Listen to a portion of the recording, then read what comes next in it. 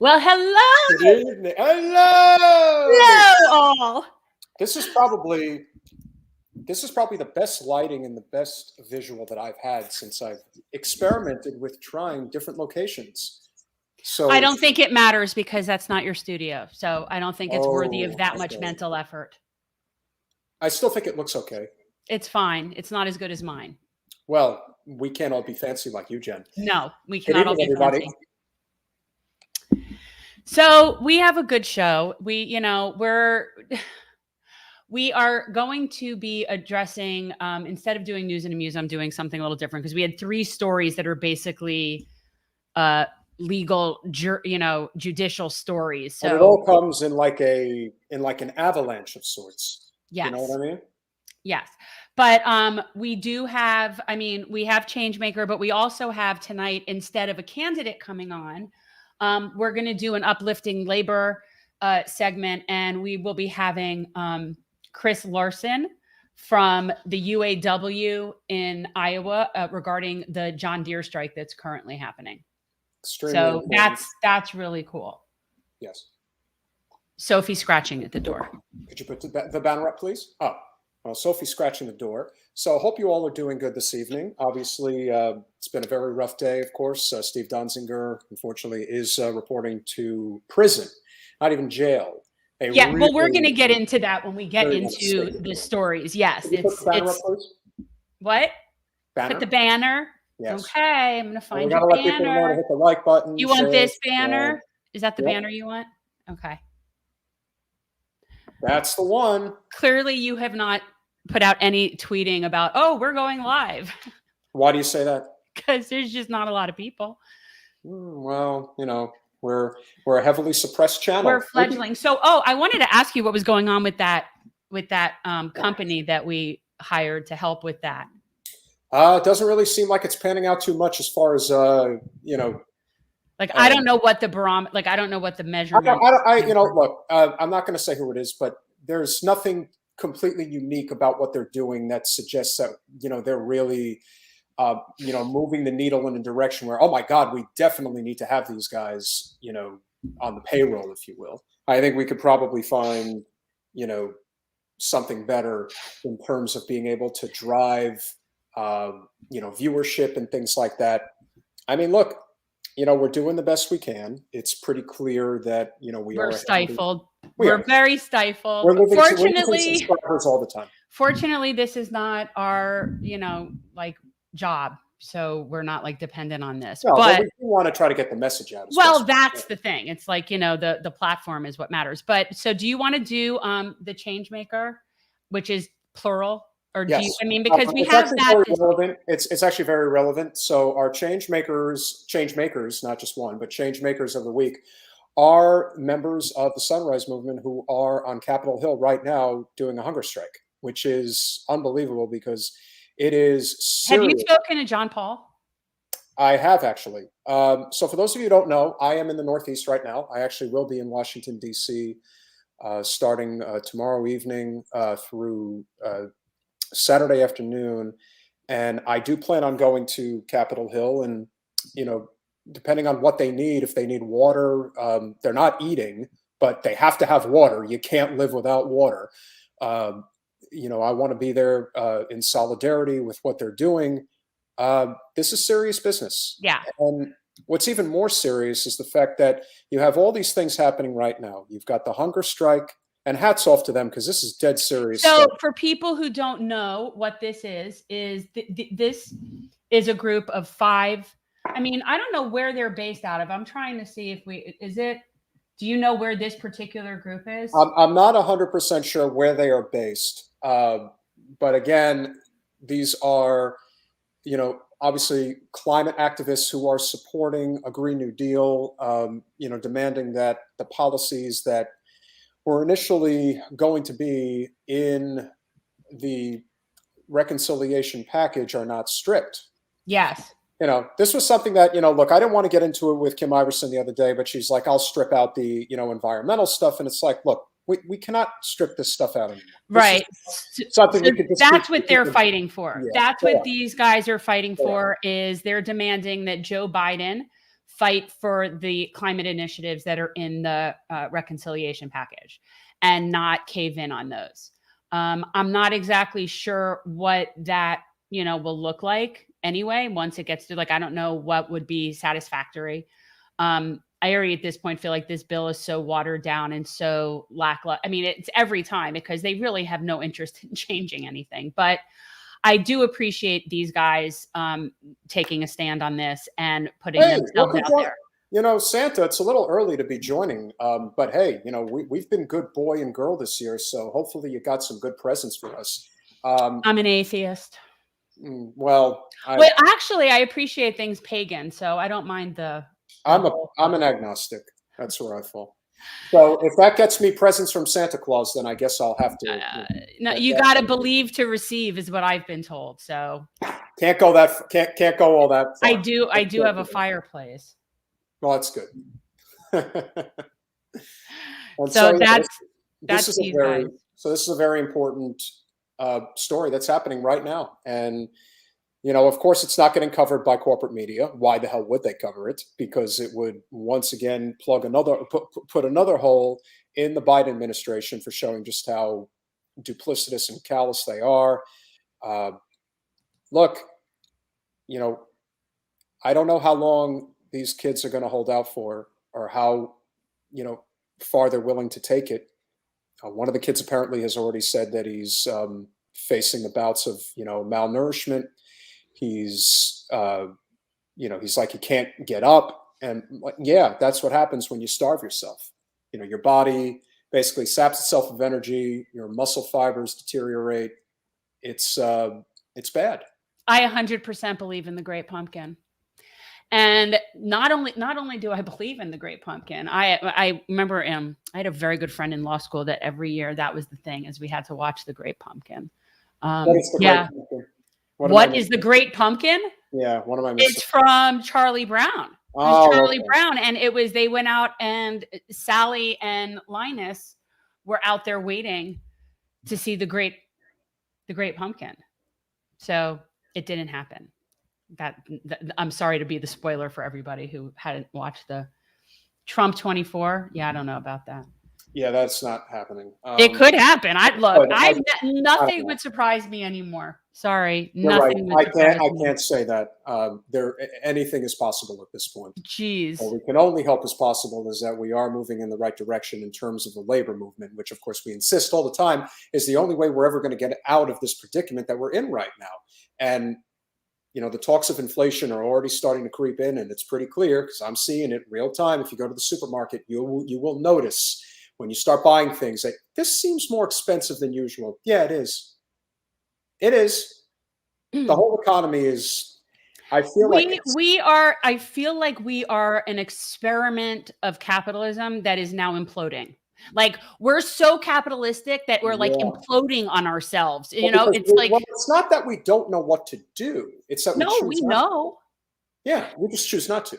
It's just the people with the power are doing exactly what they want to do. Of course they are. That's the whole point. So it's very designed, like it's working perfectly in the manner in which it was intended. That's how I feel. Like the system is really working quite well. It's serving those in power extraordinarily well. I would say that would be a successful model in, people who are into aristocracies or authoritarian regimes. But as a experiment in any sort of republic or democracy, it's a complete failure. So it just, I guess it depends on what you like.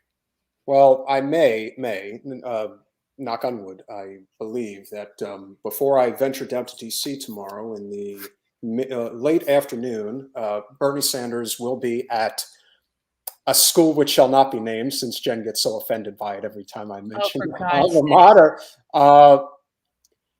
Bernie is going to be at Rutgers University. There it is. Did you go to Rutgers? With Governor Murphy of New Jersey. Not that I really have any love for Governor Murphy. I don't. But Bernie will be there rallying to get the vote. That's it. I got to tell you, it's a real listen. I actually think that there's a really good chance that Terry McAuliffe is going to lose in Virginia. But if Phil Murphy is having trouble holding his gubernatorial seat in New Jersey. That's a really, really bad sign for the Democrats. Very Yeah. bad.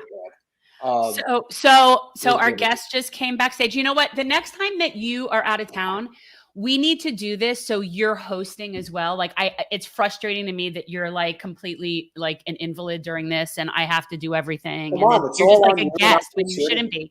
You're not a guest. So our guest, which this was a really nice bonus. This is one of the perks, I suppose, for us of having friends that are actual journalists, because Jordan Sheraton has been able to forward us a lot of people that are like frontline people in the labor movement and in the strikes that are going on right now, where we would otherwise never have access to those people. Like we wouldn't know who that is, so it's amazing. And so my understanding, and I unfortunately am also subject to the media we have, so I don't know a lot, which is why we're having this conversation. But this gentleman, I think, is former head of the local UAW. We'll find out. But this is regarding, we're going to be talking about the John Deere strike going on in Iowa. Very important. Yes, very important. And I always love that, because when we have people on, I actually get to learn, like, it's so local. People don't understand like how tight these local communities are and have to be in order to sustain a strike, which is one of the things that we, Peter, we've talked about when we've had Steve Grumbine on is, we talk about general strike, but we really have to have an infrastructure in place to support these workers when they're doing that. And the like camaraderie and the support of local communities in a lot, like, oh my God, I forget the gentleman's name, Peter, from the miner from Alabama, the one of the coal miners that was here. His name is slipping me right now. Okay, but he, like their tight community and how they support, each other and their families when they do this, and we need to make sure that all workers have that. So that's what hopefully, if we're able to pull off this labor rally on Black Friday here in South Florida, the message really needs to go out there that everybody in the labor movement needs to have each other's back. And that, unfortunately, is not something we see in Florida. I'm curious to hear how it is in Iowa. So here he is. Chris Laursen, without further ado, welcome to Generational Change. Hello. Hi. Good evening. Hi. Good evening. Hello, everyone. Can you hear me okay? Yeah, we hear you fine. And you look like you're in the union office well now. Yes, I am. I'm at the UAW Local 74 Hall. We're pretty proud of the fact here that we were the first UAW, our union, to organize the John Deere factory right here at 74, and that was back in 1942. Very nice. Chris, if you can get everybody up to speed, I think a lot of people on the periphery know that there is a major strike going on with John Deere right now. Not a lot of people know the details. Obviously, it has something to do with corporate greed, but of course, it goes a lot deeper than that. So if you can give us a quick rundown as to how this started, how we got to this point, and what the outlook looks like as of right now. Yeah, sure. I'll take a stab at it. Really, the strike has been a long time coming. Back in 1997, Deere and Company decided to tier out their workforce. Basically, anyone coming after 1st of October of 1997 made a lot less in wages, had a pension about a third to half of their predecessors, no post-retirement health care. They paid out on the incentive plan differently. We think after 25 years of concessions that now's our time. We can see that John Deere's having a very robust year. They're projected to make between $5.7 and $5.9 billion in profit at the end of this fiscal year. They gave, this has been going around, but John May, their CEO, they felt fit to give him a 160% raise. They rewarded their investors in August with a 17% quarterly dividend hike. And the tentative agreement that was brought to our membership on October 4th, at 9 bargaining units across Iowa, Illinois, and Kansas, was rejected by 90%. So that sent a very clear message to Deere, as well as our negotiating team, that we mean business. And some of the problems with it was this. It was a really paltry wage increase. For a worker like me, I make, I think it's around $20.82 an hour. 5% raise out of the gate would be about $1 to me. Another 6% or another 3% in 2023, and an additional 3% in 2025 for a total of 11% over a 6-year labor agreement. That's a couple bucks. We'll be lucky if that can outpace inflation. A non-starter for me was the fact that any employee coming in after the 1st of November under this proposed agreement that we shot down would not have a secure defined pension, but rather an employer 401k match. And I feel like a lot of other folks that were not willing to sell out the people coming in behind us. And we'd like to see something secure and not a Wall Street speculation portfolio. Something I think is interesting, and this to me is just typical, like par for the course, is I wonder if this strike would have even gotten any of the attention it has had it not been for some accident that I heard of that happened because of people coming in that aren't properly trained to be working in these jobs. Is that something, am I imagining that happened? Because I don't watch mainstream media, so I could have sworn I saw something like that. Well, who knows what you're going to see on mainstream media, but here's the gist of it. I think this is the beginning of a labor movement here. We can see that the cheap labor bubble has finally popped. You can see that all around the country. Workers are refusing to work for peanuts, exposing themselves, just like workers here at John Deere. We worked through the entire pandemic. We were deemed essential right off the bat. There was no shutdown. There was no lockdown for us. And this is the thing we get from Deere. We think that they're kind of out of touch. We think it's arrogant. We think it's audacious. We think it's classist. The proposal they set in front of us, now we're at a stalemate. But here's the thing, Deere is experiencing record profits. This isn't like the last time that, we struck on Deere back in 1986, which was at the height of the farm crisis. As I said before, the ag market's very strong. Corn prices, soybean prices are up. And, Deere's making money hand over fist. As you well know, too, there's also a labor shortage, right?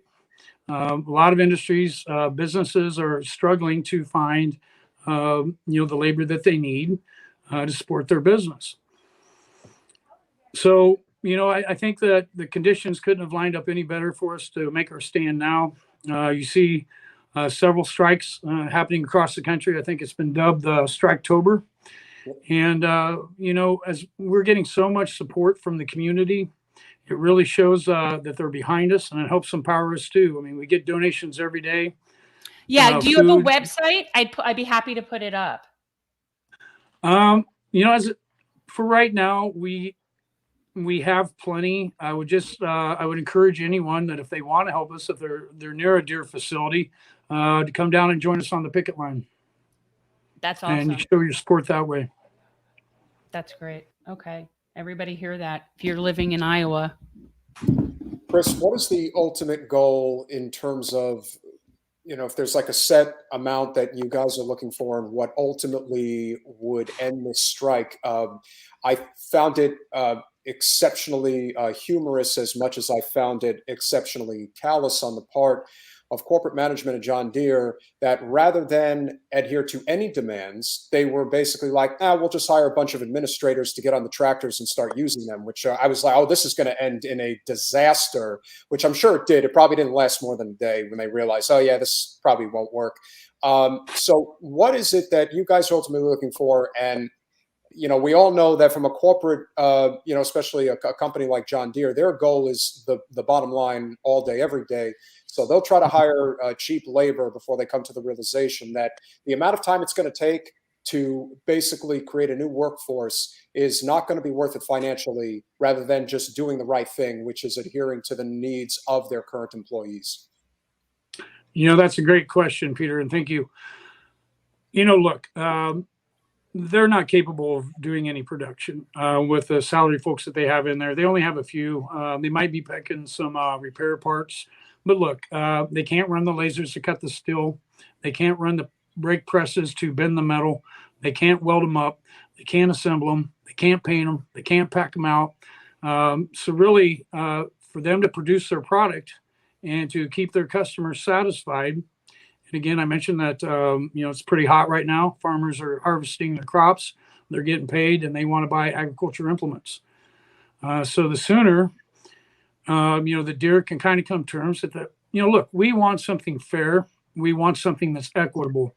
And we feel that what was offered to us on October 4th with the tentative agreement was in no way fair, and there was no equity in it. We want a fair shake. And when we sent those guys back to the bargaining table that following Monday, from what I understand, it's, I wasn't there, and it's pretty tight-lipped about all that stuff. But, I think they asked for, $5 out of the gate and some raises thereafter, and pretty much what our pre-97 people contract had. That's what we asked for. But again, I really can't speak to what's going on in negotiations there. Of course. They're trying to bargain in good faith. I hope both sides are. And there's been a rumor circulating around today that Deere is cutting off health insurance tonight at midnight. There was a statement by Deere, and here I'll pull it up for you. I finally got to the bottom of it. But look, GM tried to pull healthcare coverage away from their workers a couple years ago, and it didn't work. It didn't play out at all well with the public. If we're going to bargain in good faith, you can't hold your employees' health coverage over their heads and use it as a tool to manipulate, a yes vote, come time for a tentative agreement. But I'll read you this. This is a response from Deere that I received. Second. Quote, "We have not been able to validate any of the reports from social media regarding customer service. John Deere has not taken any action whatsoever to determine employee health care because of the strike." So that kind of indicates to me that they're doing the right thing, and they're keeping people's insurance plugged in. Because they have employees, we have members that are, they have prescriptions they got to fill every month. They have doctor's appointments, they have medical needs. So, yeah, of course, we again, here are we're big proponents of Medicare for all, because we actually think it's ridiculous that your healthcare should be tied to your employment. We just think people should just have healthcare. So, and I also think that this is a prime example of where employers can use healthcare as a bargaining chip and strangle people with it. And there's so many people are stuck in their jobs because of their healthcare. And so this is one of those because normally I think when you've got smaller businesses, a lot of those employers want Medicare for all because they don't want to be providing health insurance for their small business. But for these bigger companies, they're able to use it as like a weapon. You're exactly right. I myself am a big proponent of Medicare for all. For one, I think everyone has the right to, healthcare, and they should have that no matter who they are. And also think about what it would do for workers. If you had healthcare and you could take it with you, your healthcare with you to the job down the street, do something better. That would also make employers more competitive as far as wages. And it's, and I know you guys have heard this one before, but, we're the only major industrialized country in the world that doesn't offer, public health care. And, it's because we have a political system that's characterized by legalized bribery. Yeah. It is in every sector. And when you were talking before about, how John Deere is making hand over fist right now, and I'm picturing, at their shareholder meeting and all the shareholders are sitting around and like calculating all their money. And it occurs to me that I don't see how shareholders and union members aren't just so diametrically opposed. I mean, that's what is, it's just outrageous that these things have to be like this to me. Yeah, look, we understand the purpose of the corporation is to create shareholder value. That's understandable. We get that. But what we're asking for is something a little more fair. When I threw out the term classist, at the beginning of this interview, that's kind of what I meant. The wealth that was created of these billions of dollars was on the backs of the workers that build those products. Of course. And, I don't know how long John Deere cannot produce for, but I would have to believe a lot of farmers waiting for repair parts, waiting for new combines, waiting for new tractors, waiting for new balers, are only going to wait so long before they trade in that pretty green and yellow paint for something blue or red. How much of their production is, this factory, this location, is that like the bulk of their production? Is that everything like here? So at our facility here in Ottumwa, we make hay equipment. So like stuff to cut the hay with, called mower conditioners, round balers, square balers, things like that. Depending on the location we're at, we've got 9 units in our master agreement. We got 3 big facilities up in Waterloo, Iowa. They make cotton equipment down in Ankeny by Des Moines. We got a factory in Dubuque, Iowa that does construction and forestry. The Quad Cities, we got Davenport, we got Moline, we got seating and cylinder there too. Milan, Illinois, there's a parts distribution center. And we also have a little place down in Coffeyville, Kansas, and there's a couple part distribution centers in Atlanta, Georgia, and Denver, Colorado.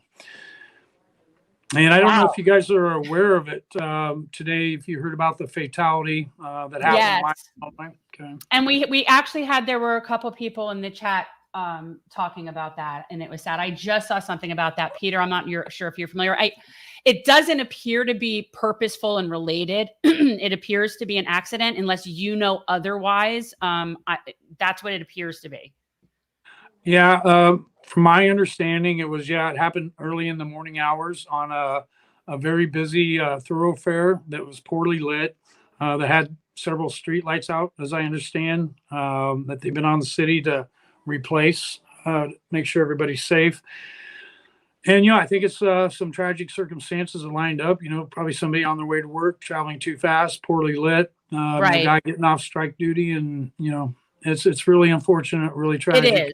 It is sad, but it's not, it's like, no, it wasn't intentional. That's the key thing.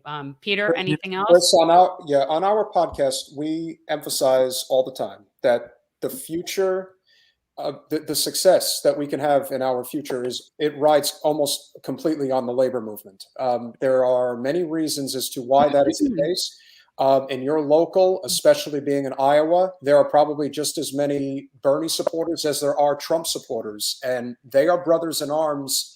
They do not look at each other in a way that suggests that, well, if you voted for this guy, that means you're a bad person. No, what it means is that we're allowed to be different and have different opinions. But when we get right down to it, we're fighting on the same line. We are fighting the real enemy, which is corporate special interests. That is the issue of our time. And until there is this consensus that is the issue of our time, and any of our elected representatives who are bought and paid for by corporate special interests, we got plenty of them here in Florida. There are plenty of them in Iowa. There are plenty of them all over the United States. And once we come to the realization that the labor movement is how we're going to lift ourselves out of this predicament, if anybody's not paying attention, there is a serious inflation problem that is starting to creep its head now, and being able to just buy regular products is unbelievably difficult. So from your perspective, how important overall would you say the labor movement is to obviously denting this corporate takeover, this corporatocracy of our society? Because it's always been there, but I think people are starting to recognize that it's everywhere. It really has seeped into the fabric of our everyday lives. Yeah, Peter. Let me preface it with this. The owners of this country, the people that own our political system, the people that own our media, love to divide us, into red teams and blue teams. But one thing that I think is really cool, and we do have a very divided membership here as far as where they fall politically. But the one thing that's been really nice about this strike is we put down all those political differences, and we've come together in solidarity. And we're not going to be like colored, a red or a blue thing. But you hit it exactly right. It's about labors. It's about a ruling class and a subject matter and the struggle that plays out in between. And I hope that, once the strike is over and the dust settles, that our members will be reflective on who came up to bat for us, who supported us. And, because look, in Iowa, Wapello County, where we're at now, has always been a manufacturing community. It's always been typically blue. In 2012, it went for Obama. But in 2016, it was one of like 33 counties in Iowa that flipped and went, strong Trump. Okay. What sells, to workers, to the public is a strong populist message, whether it's full of shit or not. And again, it depends on where you're getting your media from, Yeah.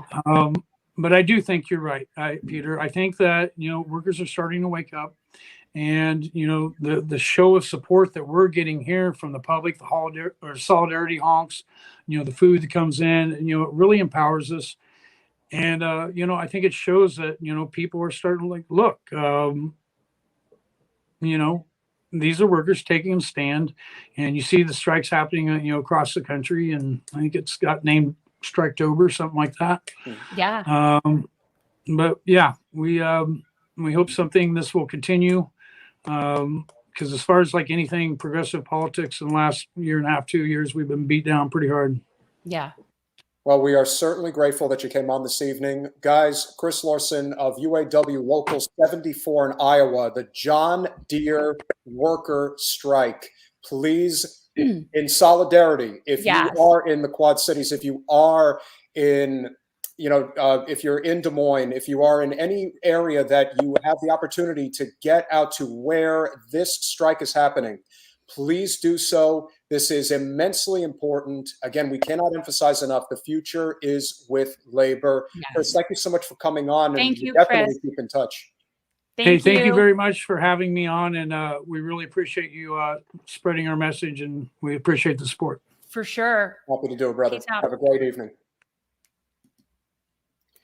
As we say, labor this is everything. But the way he was talking about how people on all the sides, that's what we have to get. I mean, that's one of the main things we're talking about, as to a lot of those like trigger issues that the liberals have, and all of these sort of snowflakery things that they get caught up in, and that makes them be incapable of working with other working people.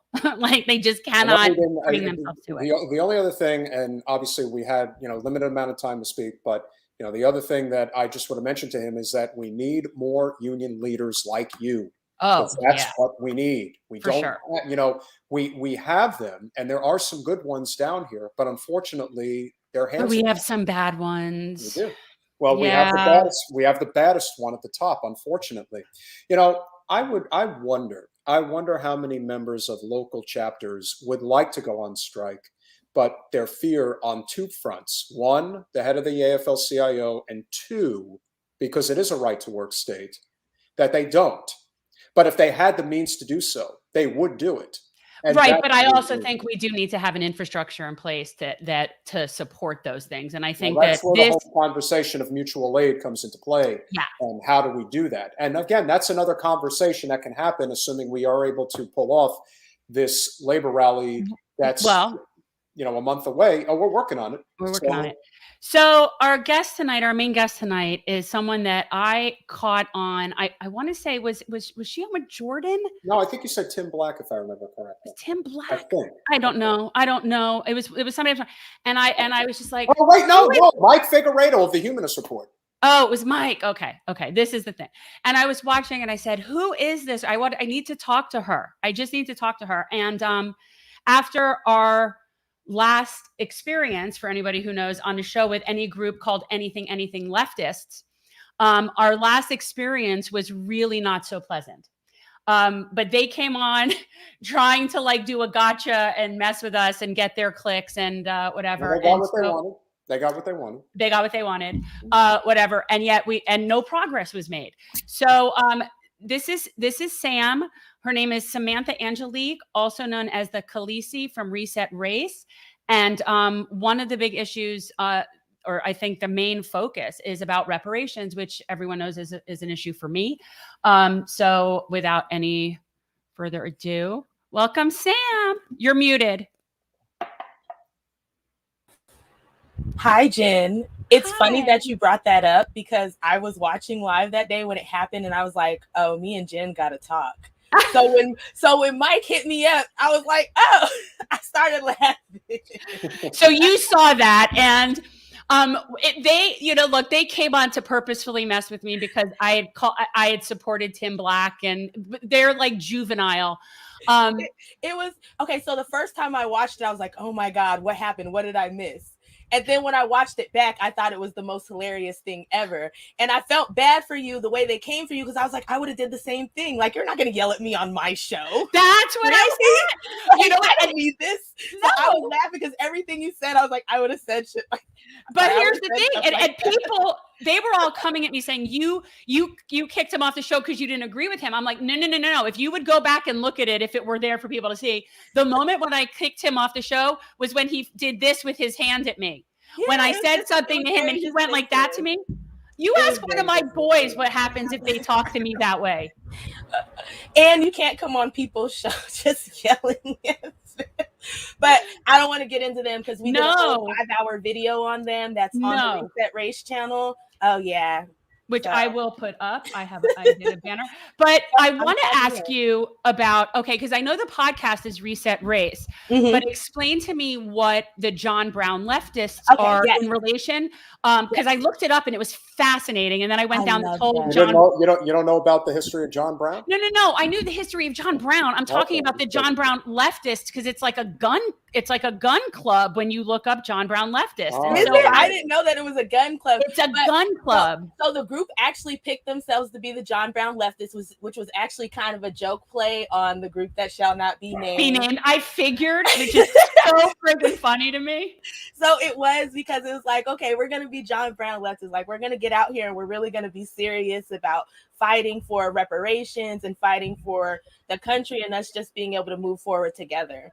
So yeah, that group, so the John Brown leftist group comes out of last summer. I had an ally group, and every Sunday we would get together. We would watch videos from YouTube about reparations, the Black struggle. So this is the scaled up version of that.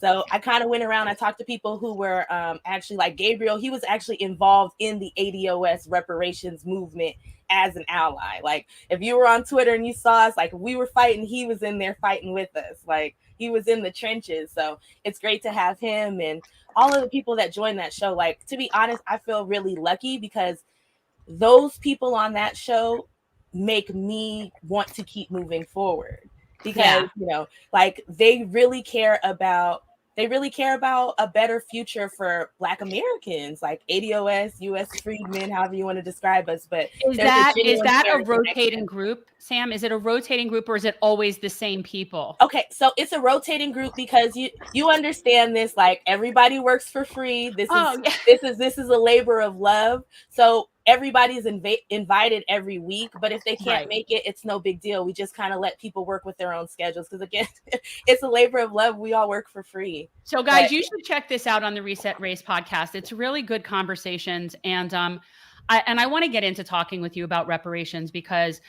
this is something that I have cared about and talked about for a long time. This was one of our topics on our platform page.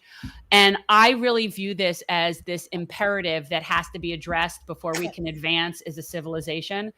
And I do not know how much more I can implore people to understand this. And what I want to know is, I guess, really, you know, what can we do? I mean, I talk about this ad infinitum and have guests on like you and ad infinitum, but I recently had this thought that this is like a 2-part process, reparations, because to me, we always talk about like cutting the check, and I'm all for that. I think that everybody should get together and sue for what is owed, and that's our problem. You know what I mean? Like, I don't think we should determine it. I think it's like a lawsuit where you say what your damages are and we say, okay, and we pay them. But the first part is, we need to stop doing the same shit that we've been doing that's caused the need for the reparations. And I feel like, you know, how can we be talking about repairing something that we're not even stopping the bleeding? And that's just something I had this sort of epiphany lately. So I was wondering your thoughts. We got to do both, right? We got to kind of do both at the same time. So, because like you're right, we still haven't stopped. We still have the prison industrial complex. We still see all these different instances of like Black people died at a higher rate of COVID.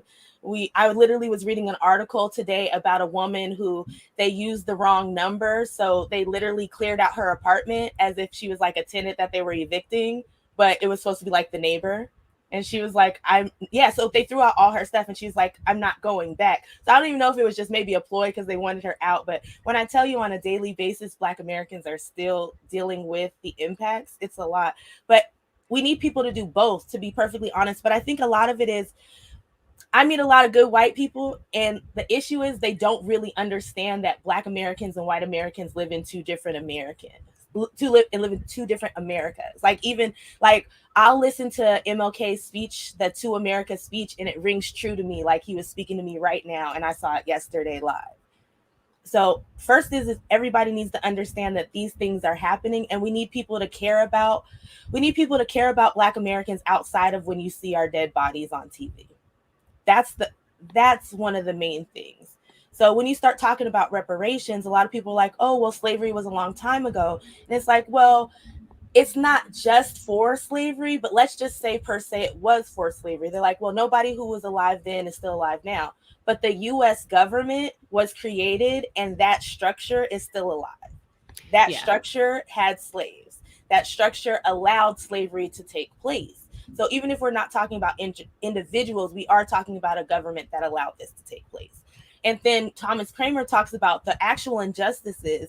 The people who did the hard work, their labor was given to other people, and it's been passed down through generations. People who descend from slave owners know that they descend from slave owners. Like, they have conversations, there's groups. This is a thing. And so when you talk about, like, so that money has been passed down the same way how some of these insurance companies still exist. All of the money is still in the system. So it was never paid to us. That's the injustice. That money should have been able to be passed down for generations to other groups, to our grandchildren, to our descendants. So when you start talking about, so it's not just slavery. After slavery, we went into something called the Black Codes. During the Black Codes, there was something called the Nader period. During the Nader period, from slavery, we had Reconstruction, which was like 7 years where they were actually trying to make amends. That's when the Freedmen's Bureau was created. That's when they started doing different programs. That's when they started talking about the 40 acres and the mule. But then when Lincoln died, they took that back. And then you go from that. So then we move into the Nader period, which is right after the Reconstruction, and then you move into the Black Codes, which all happens at the same time. So during this time, that's when you have your Tulsas, your Black Wall Streets. That's where you have your Rosewood massacres, Wilmington. Like, there's so many. I read a book called Buried in Bitter Waters, and it was literally just talking about racial cleansings, and there had to be they had to expel at least 1,000 people or more for him to even include them in the book. So when you think of this, you have to understand, like, these homes were looted, they were burned, the property and land was taken, and a lot of families still live on that land to this day. So that's just taking you through that. And then you got to understand too, we had lynchings, and I've seen documentaries that have talked about people being held on plantations into the 90s. So there's a lot of stuff that people don't understand when you say it's just, so it's like, okay, we go through this, we go through the 50s, the 60s, we're still being lynched. And then we get through 65, we finally get the Voting Rights Act, we get some civil rights stuff going. And then by 1980, we move into deindustrialization, and they start moving the jobs out of the cities. And then after the cities, they move to the suburbs. And then from the suburbs, they move them overseas. We were the first people impacted by that. And then I don't understand if people understand, but the crack era, that was brought on by the US government. They allowed the Nicaraguans to push the drugs here so they could fund the Iran-Contra wars. I just want to say for a second, for anybody who hasn't seen the Netflix, the movie Crack, yes. I highly recommend it. System too. Yeah, it's these are really great movies for anybody who doesn't understand that the crack epidemic it was created by our government to incarcerate Black communities and basically create invalid communities that were incapable of thriving because drugs was their only source of revenue. So and it was by design. You can watch old interviews with Gary Webb on Democracy Now! There's a movie called Kill the Messenger, and he also wrote a whole book called Dark Alliance that really lays out the whole thing. And actually, we did an episode on that too. Sorry, we do a lot of episodes. I kind of get distracted in the visual sometimes there, and especially this picture of Ethan Hawke. Like, oh yeah. But I love your video. I love it.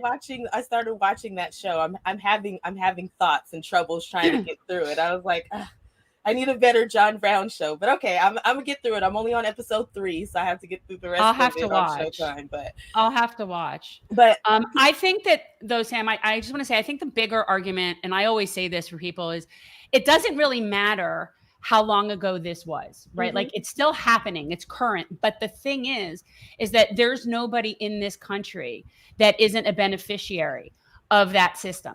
And so we've all reaped the benefits, whether intentional or not. And I've said it a million times, my people didn't own anybody. My people were fleeing for their own lives from Russia and their businesses being set on fire. So my people were Jews escaping pogroms, and, you know, they were not hurtful, but yet I am still a person of benefits from slavery in this country. So they're just, it's unrelated. And I don't understand why people have such an issue with taking the accountability for that. It doesn't mean you're not a good person. Like, I don't feel guilty. I didn't do anything wrong, but I feel like I have an accountability to my civilization to do whatever we need to do to make it better. And that can only happen if we acknowledge and repair this. So I don't know. It just seems commonsensical to me. And people would act like you're taking money out of their wallet directly. Well, we know MMT, so we know that that's all a lie, and they can pay whatever they want to pay, and nobody's coming to your door and knocking on your door and asking for extra money. But you brought up a good thing, because you understand how it all happened, but you have to understand that people in this country have been conditioned to be anti-Black. Like, after slavery, we started coming together. The country resegregated us. We were literally coming together. Some of us had started moving together, marrying, building businesses, doing all of these things. And then they literally, what would happen is, if say you're a good white person and you want to work with the nice Black people who just got out of slavery, and they would literally make it where you couldn't work and you couldn't feed your children. And then they would tar and feather people. Like, this was real. There was a real danger, even outside of just losing your livelihood, which, let's be honest, that's a danger, right? Like, if you can't feed your kids and your family, that's a real cost. So, but there was physical cost to this. And then even when we go into the 60s and we get into redlining, it's just like, if you want to, you know, if you say you're a good person, I was just reading something. There was a gentleman, he spent years in prison because he had the audacity to sell his house to a Black person. Right. Like, the audacity. And even with that, if Black people moved in and people decided that they were going to do white flight, you could lose all this money that you put in your home. So it's like, even if you were a good white person, they set up the system to make you have to be anti-Black, or else it could affect you and harm your family. So that's the thing that people need to understand. Like, we can sit here and be like, you're this way, but why don't we just talk about the conditions that have made us this way and kind of move forward from there? And people don't understand as well, because I read everything. So I read this thing about how the U.S. became less racist towards Asians. How that happened was they literally started writing articles about how they were good people. They would write articles about their businesses. They actually elevated them and showed people, like, look, these are good people. Like, you can be around them, you can deal with them. And then they gave them opportunities. They gave them loans. Like, all of these things helped make people less racist towards this group after everything that had happened, right?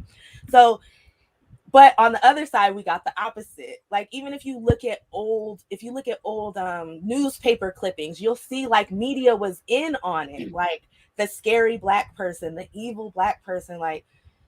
And we have to understand this country has always been very segregated and is still very segregated. So for a lot of white people, you don't know any Black people. And no, let me tell, I have to say something to the white people. Okay. We're moving from my house. We're downsizing. I have one kid in college, so we're moving smaller.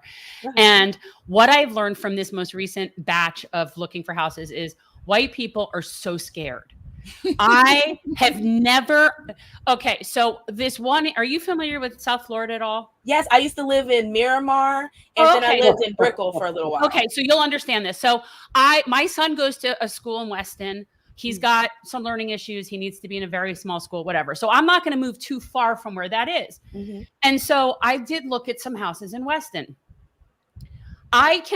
This is how scared these people are. You've moved so far that you're essentially almost in Naples. Okay. These people are far out there, but yet they still gate their communities. So who are you? Like, you can't be, these people could not be more scared. I don't understand. And I am happy to say that I am finally going to be gate free yet again. I have been behind a gate for a while, out of necessity of it was what was available I didn't want to switch my son's school.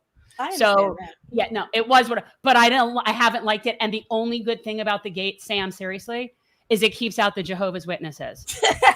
and that is something that I much appreciate. So, but seriously, I wanted to touch on something you said about the anti-Black, because this is where I start getting in the weeds with reparations, because when you talk about descendants of American slaves, obviously that does not encompass all Black people. Yes. And Black people, whether, Caribbean people, South American people, people that came whatever year they came, have still been subjected to the same things post-slavery, really. So I feel like, and are still part of the communities that are vulnerable and suffering communities. So when you're talking about reparations, how do, and descendants of slaves, how do the people fit into that are not that? Okay, so before 1965, there was less than 36,000 non-descendants of slavery here.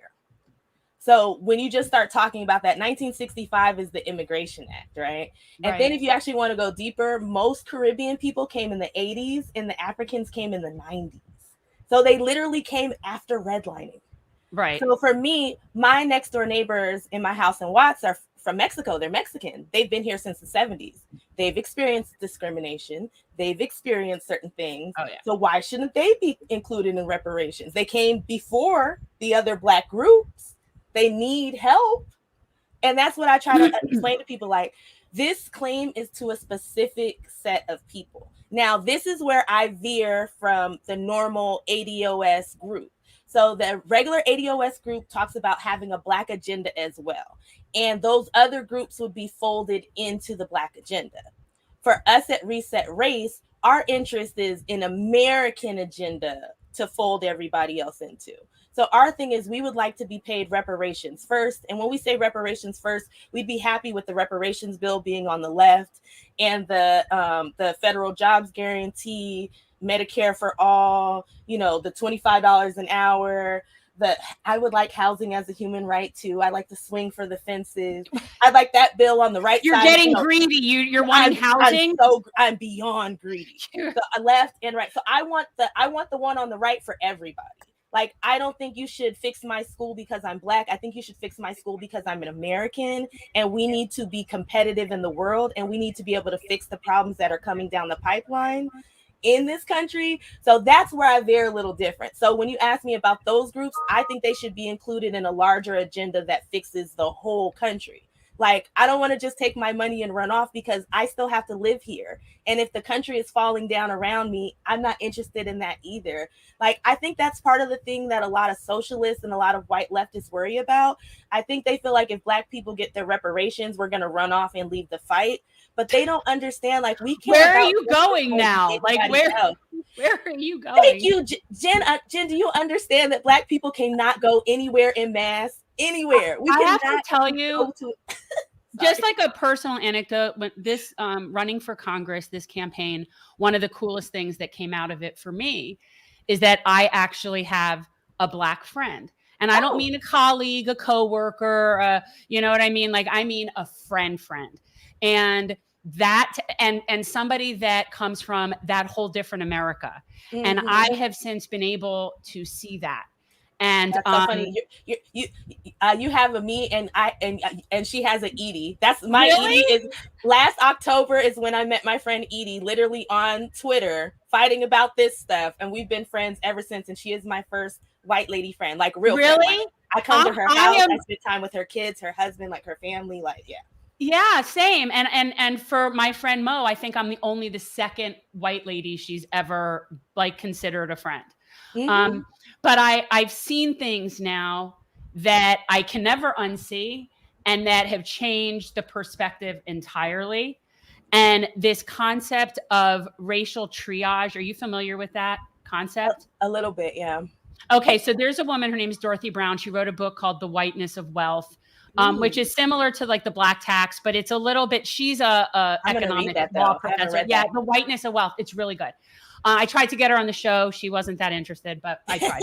But one of the things she talks about is this idea of racial triage, that just when you're Black, you are constantly in a state of determining level of aggressions. Like some are nothing and some are this, and you got to explain this, and you got to walk on eggshells about that. And you've got to like that concept. And when I was reading that book, because of my friend, I totally got that. Like, I'm like, oh my God. And I've seen it where it's like, I've looked at her and I'm like, this is exhausting. Like, I don't know how you can deal with this. And she thought it was funny that I said that, but it's like, I really, yeah. So anyway, and I'm very appreciative of that, because I feel like it's a gift to me. Like, that's been a gift to me. So, yeah. Peter, join the conversation. I'm listening. I've seen many experiences in my life. My first real eye-opening experience was living in a Black neighborhood when I was in my early 20s. I was the only white person on the block. And just seeing, the different things that'll happen. Number one, there is, when you talk about two Americas, it's very true. They basically want you to be, you live on that. If you're familiar with New York, Sam, I was living on the not so good side of Mount Vernon. Okay. That is a very rough area. And it's amazing because when I tell white people that I lived in Mount Vernon, they're like, "Oh, that's a nice town." I'm like, "No, not the Mount Vernon you're thinking of." You're like, not last year. I'm on the other side of the Hutchinson Parkway, not the side that you think I would be on. But that was one eye-opening experience, and I can share all those stories. But the one that always stood out that happened in the last 6 months was we always had based our congressional campaign on service to the community. Yeah. And there are a lot of impoverished communities in this particular congressional district. It's actually only one of two things. It's either the western part of Broward, which has all the money, and then the eastern part of Broward outside of the coastline that doesn't. And you can guess who lives where. Well, you lived in Miramar, so yes, So right off Red Road. Yeah, well, you have this area in Hollywood and Dania called Liberia. No, Liberia is different from Dania, and right now one of the gang issues going on there is fighting between Hallandale, Liberia, and Dania. Oh, all right, so it's West Side Story taking place. It is, and that's one of the reasons why our friend is not planning on coming back from Georgia anytime soon. Well, one of the reasons why that very good friend is not coming back is because we were building a community garden in an area that desperately needed it. Oh, yeah. And it was really taking off to the point where you were seeing the community groups start to show up and say, "Hey, what can we do?" They would bring avocado trees. They would bring banana trees. We were composting. We were planning on having a bee colony there. And the second it started to take off, you got this, It wasn't just white. It wasn't just Israeli Karen. It was a bunch of things that were involved in that. Yeah, but this was the big one. So you had, this white bread that decided to come into the neighborhood, who was living high on the hog up in Sunny Isles, South Florida. So I don't have to explain. They're gentrifying the neighborhood. That's what's happening. So the lady who has all the money and all the time on her hands decided that she was going to come into this neighborhood and buy up, a bunch of dilapidated properties. Convert them and make a lot of money on them. Now, as it turns out, the people who live there didn't want her there. And she was turning into a Karen to the extent that she was calling the cops and things like that. Then, of course, they went and disconnected all of her utilities, because that's what happens when you're building a house in a neighborhood that people don't want you in. So let's just say that the guy who runs the neighborhood, and you know what that means, basically went up to her and initially was friendly. Now, of course, she did not want to talk to somebody of color. Let's just be very clear about that. She thought that I was the person in charge until I introduced her to the people in charge, and then her entire demeanor was completely different. She was like, "You're like, meet the Black people," and she's like, "Wait, what?" Yeah, we had a lot of laughs about her, and this was a woman who is, as somebody who grew up as a South Florida Jew, this is somebody who I would say is tribe. I don't like to claim, because it's Israeli, not necessarily also Jewish, but tribe nonetheless. And I pulled her aside one day and I said, you and I, this is not our neighborhood, and we're not from here, and that, you need to be respectful. And I tried very hard with Israeli Karen. I did. And And I think it was just to no avail. That's what I think. But I don't think she's the only reason we lost the garden. No, but ultimately, there got to a point where he eventually had to go up to her and tell her, "You're in the wrong neighborhood, lady. And if you don't watch yourself, you're going to end up in a world." Well, yeah. Once they saw her talking to the police, I'm like, that's just not smart. And I said that to her. I go, the people don't like people who talk to the police. Like that's.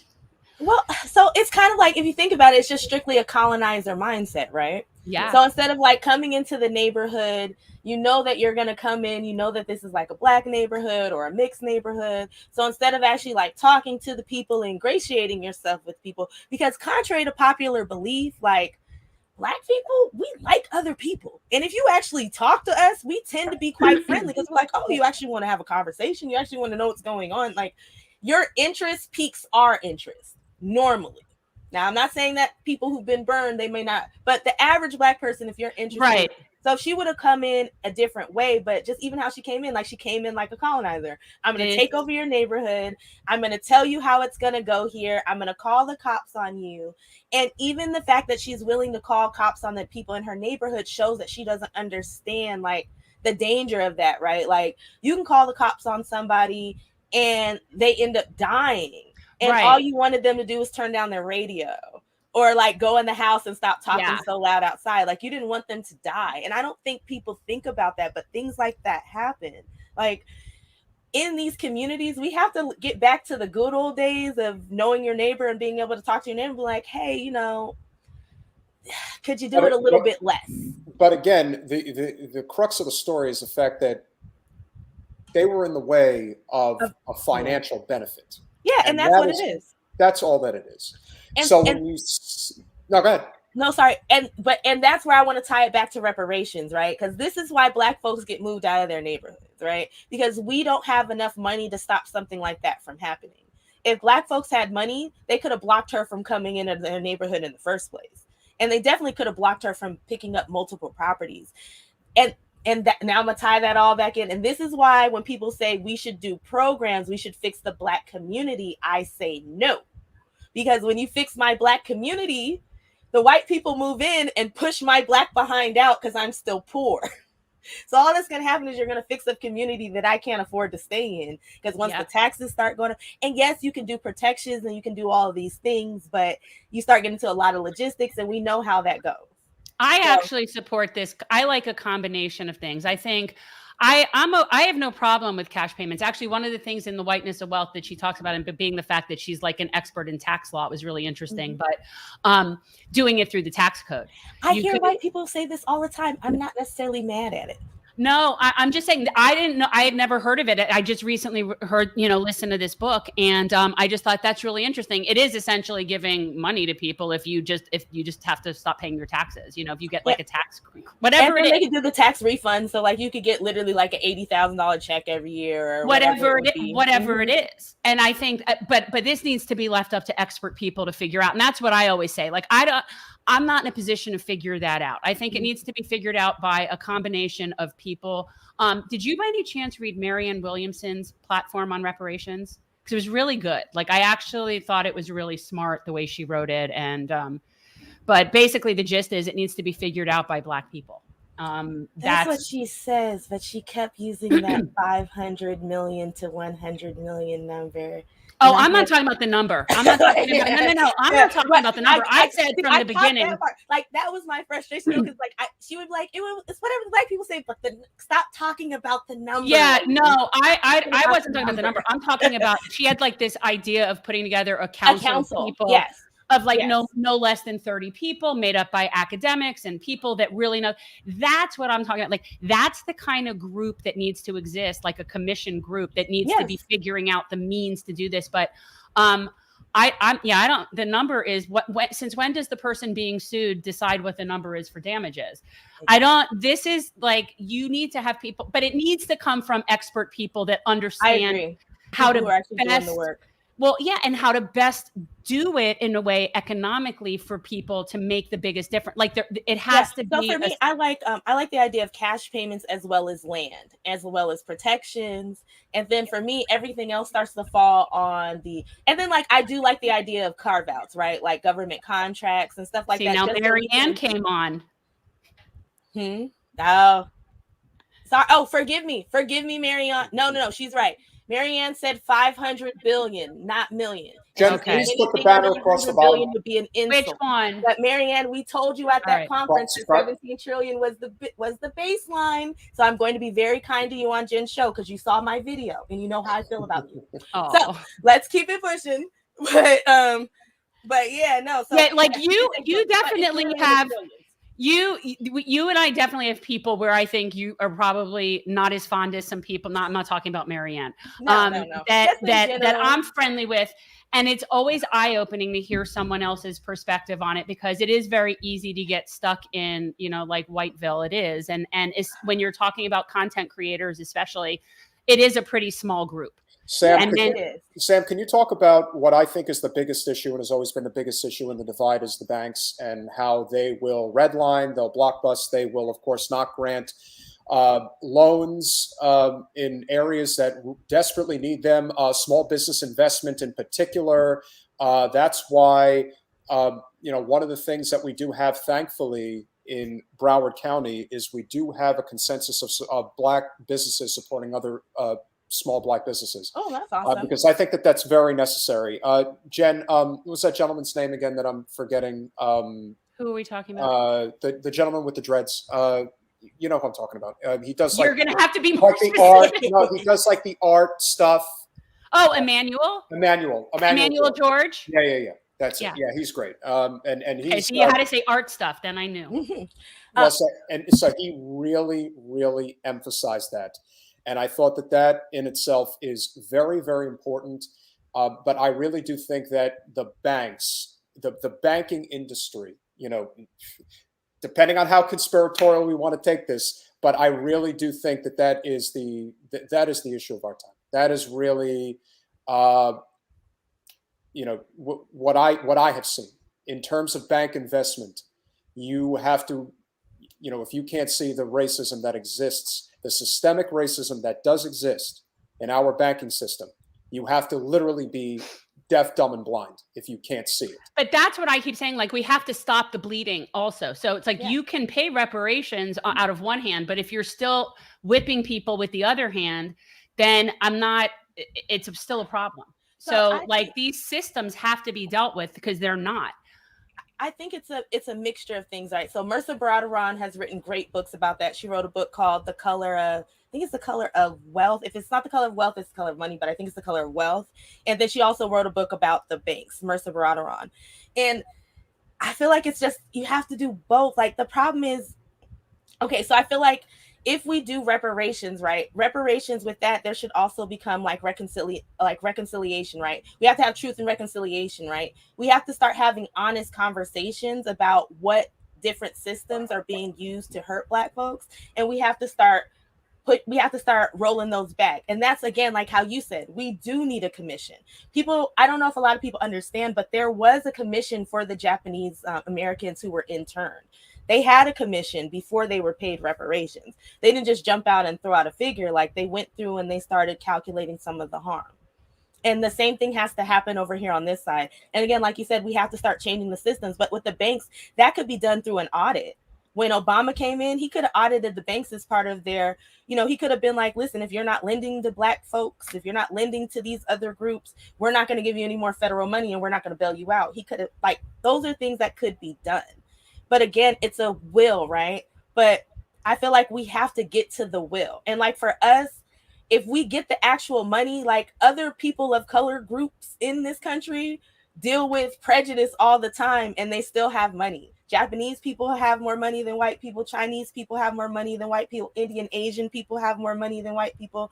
I'm not going to say that none of them have ever had like prejudice, microaggressions, but they still have enough money to sustain their families.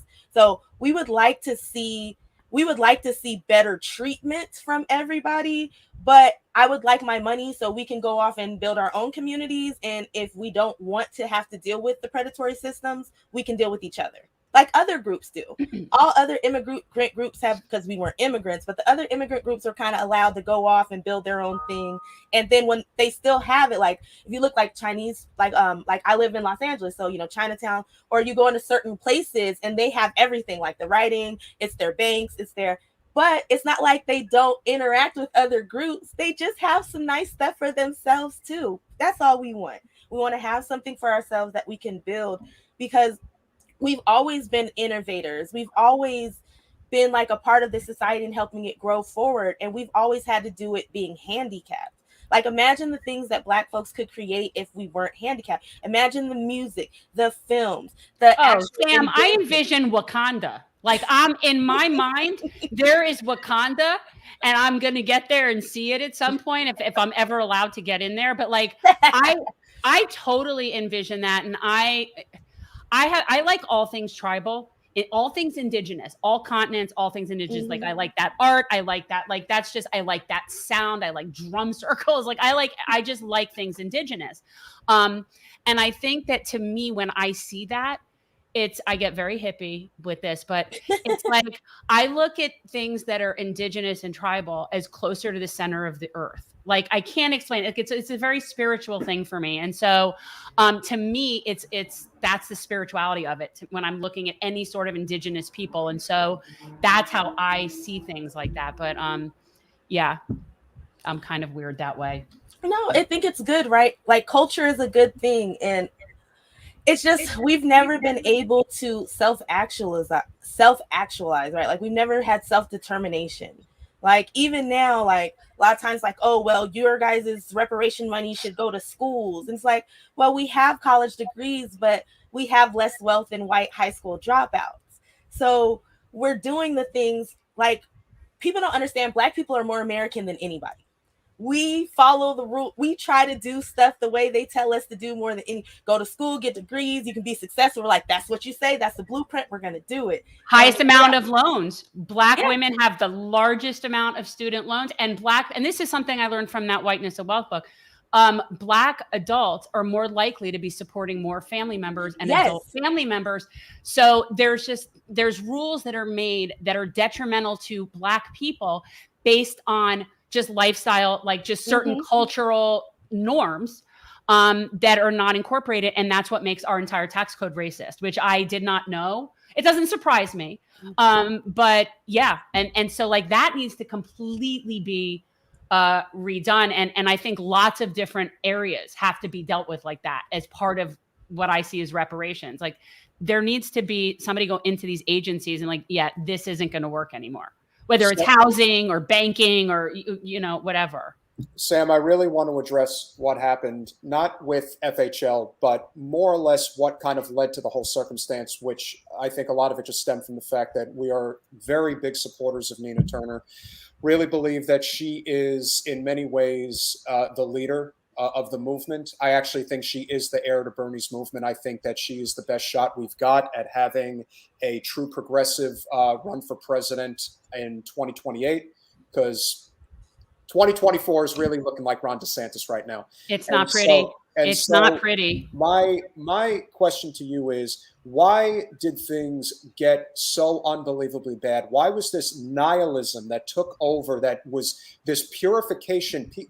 The things that Nina did over the course of 5 years, the way that she put herself out there, the way that she had to deal with the white lash, if you will, especially from the white women who were in charge of, like, SKD Knickerbocker, like Anita Dunn and Hillary Rosen. If you've never seen, you probably did, but if you ever saw the way that Hillary Rosen spoke to Nina Turner on national television once, did you ever see that, Sam? No, I missed that one. Oh, please go watch it. I'll have to Google it.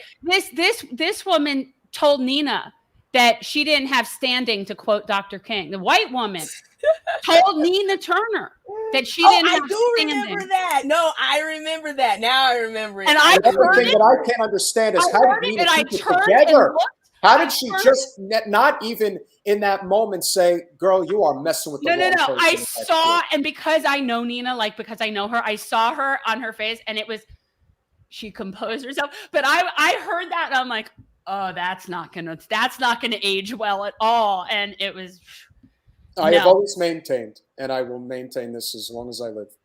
The most dangerous person when it comes to the Black community being able to build itself to the point in which they are sustained, they do not need to, have any of these infrastructures assist. They can do it themselves, blah, blah, blah, blah, blah. To me, it is not the low income, impoverished, angry, like guy who's waving around a Confederate flag going to rallies. No, it is the white suburbanite housewife who lives in a gated community.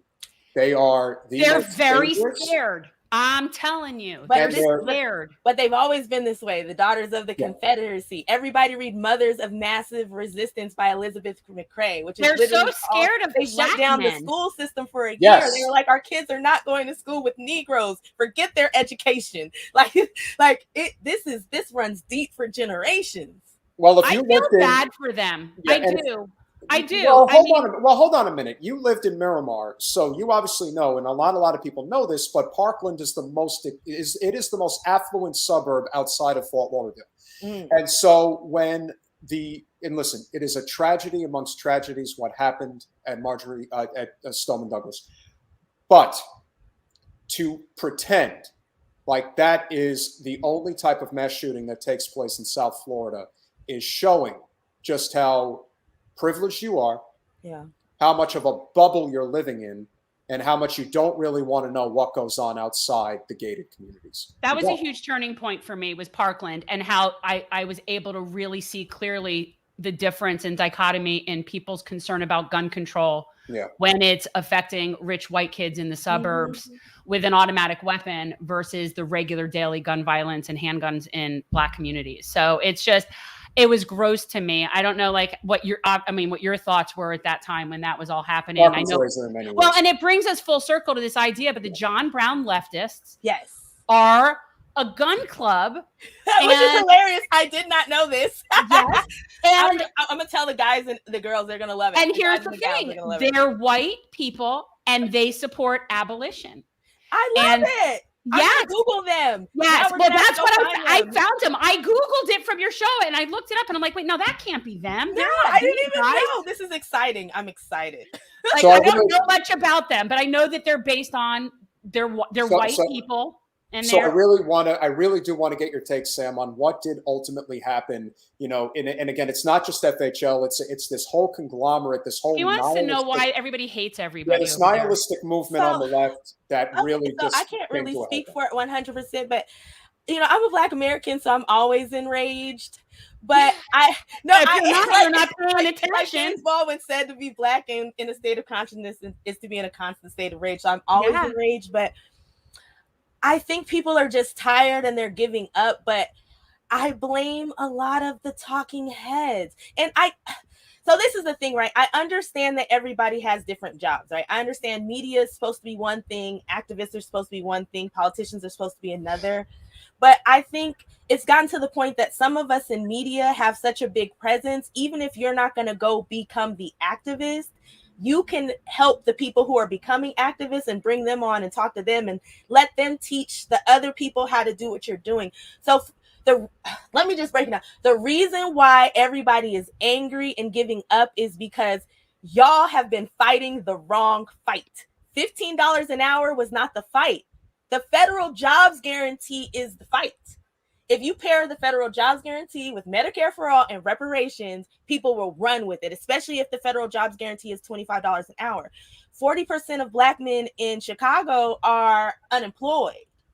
So if you do a federal jobs guarantee, you just made all Black communities stable. We still want our reparations, but those are things that people are going to come out. People are going to come out if you're actually going to put money in their pocket. Right now, you're offering me $15 an hour. A lot of us kind of make that, or we already know, even if we get up to that number, you still can't pay rent. Even at $15 an hour, people in this country in most cities and states will not be able to pay rent. Why do I want to run out and vote for that? You're not galvanizing me. I'm not excited. And also, too, we're doing this the wrong way. Everybody wants to focus on everything national. And I'm not saying that we should not vote nationally, but I'm saying, do you know 10 people where you live, where you can go and knock on the doors of the people within a 5-block radius of you and talk to them about what's going on in your neighborhood? If you can't get things together in your basic neighborhood and actually know what's going on in your city, and making sure you have people on the city council and getting people to be in mayor, we have to go so much further back than we've been doing. And that's the hard work. We want instant wins, and we gotta build. We cannot match these people with money. 100%. It doesn't matter what we do. We can't match them with money. But what we can do is we can outwork them with people. And if we can get enough of our people together, we can vote them out. So when they start lying on major media and saying, you should vote for this person, we've already been talking to those people in the community, and they already know what's going on. And we already know who we're voting for, because we already picked that guy. And we already made sure that he had our issues on his agenda. I know sorry. Let me give a breather. You got anything? Because I was going to talk about a guy. I know somebody in, and Nina, I know you're running again. Mark Stevenson. He could have got you 10,000 votes. Mark Stevenson. So he lives in Ohio. He literally he got a judge, a Republican judge, elected on a Black agenda. It was a Black woman. Sorry, are you talking to me, Jen? I'm so sorry. I muted because my dog started barking. Who is Mark Stevenson? Okay, so Mark Stevenson is a former member of ADOS LA. He's a former member of the ADOS, which used to be ADOS Assembly. They are now called NASD, which is the National Assembly American Slave Descendants. They are a national group that works together. He also has a group in he also has a group in Ohio, and I'm forgetting their name, so please forgive me. But in 2008, he also worked with the Obama campaign. So as a side thing, he works helping people with their actual, with their actual runs for campaigns. Yes, their campaigns, runs for office.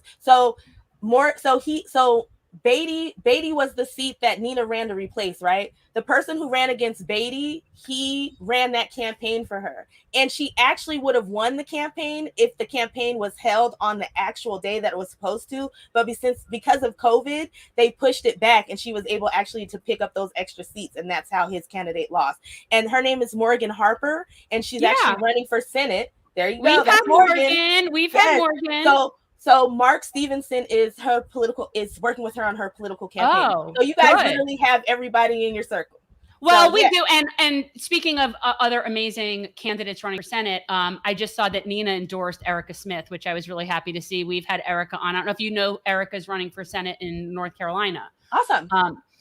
So there are several non-corporate Senate candidates, which is a huge step. We don't really have any of that. We really don't. So this is my thing, with Nina, right? My team loves Nina. I like Nina. I actually was lucky enough to meet her, but I'm not sold. And let me tell you what it is, though. The thing is, Nina needs wind at her back, right? So let's say Nina gets in. We need to make sure we got a whole bunch of people that can push her agenda in all states, right? So when she starts pushing the agenda, we can call our senator, our congressman, because she's running for Congress. We call our congressman and be like, hey, Nina Turn talk about this. Are you on that committee? Why aren't you backing this? Why? But again, we have to do a massive amount of organizing, and I feel like we're skipping steps. And I feel like everybody's just got to get back to the basics. And I think that's the hardest part. We have to literally get back to knowing our neighbors. Yeah. Because imagine if every month you're talking to your neighbors or people within a 5-10 block, or every month you guys are having a little town hall at the library and you're talking to each other. So every 2 years, you're not just showing up at people's door talking about election. They know you. Hey, Sam. Hey, Jen. Hey, Peter. How you been? Oh, yeah, we've been talking about this. You have to build the relationships. And I love what you guys keep talking about, mutual aid. I'm a firm believer in mutual aid. I think a lot of how we should start organizing from the base should be through mutual aid.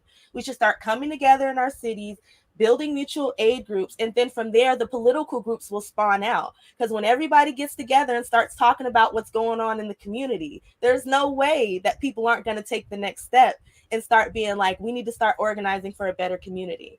That's how you find the leaders in your community. That's how you find that next person who's going to run for city council. Like, but you can't do it when you don't know anybody in your community. Like I said, we got a lot of work to do. We got a lot of work to do, because we can't just get angry and walk away, because that's what we've been doing. And the country just keeps getting worse and worse and worse. You want to hear the biggest irony, Sam? The biggest irony of it all is that, you know who was really, really big into building communities and community organizing? Do you know who? Do you know who was really big into that? It was Fred Hampton. Ironically, who was very much into bringing people together and building communities and helping poor people. Actually, it was sort of like reparations on the 10-point plan. I'm just saying, it's ironic to me that that was somebody who was about like building bridges and coalitions. Just saying, but well. So this is the thing, right? When people come to the Reset Race, if you listen to the actual Reset Race podcast, like, be ready, because I'm all nice here and I'm all pleasant. I was going to say, I was totally expecting us to get demonetized with you on. I'm a little disappointed. No, I'm good in front of company. I'm good in front of folks. No, I'll make sure. But on the show, like, I get raw and I get really, really into what's going on and how I feel. Like I said, the John Brown leftist, I think that's a better mix, because I feel like I'm more tempered there too.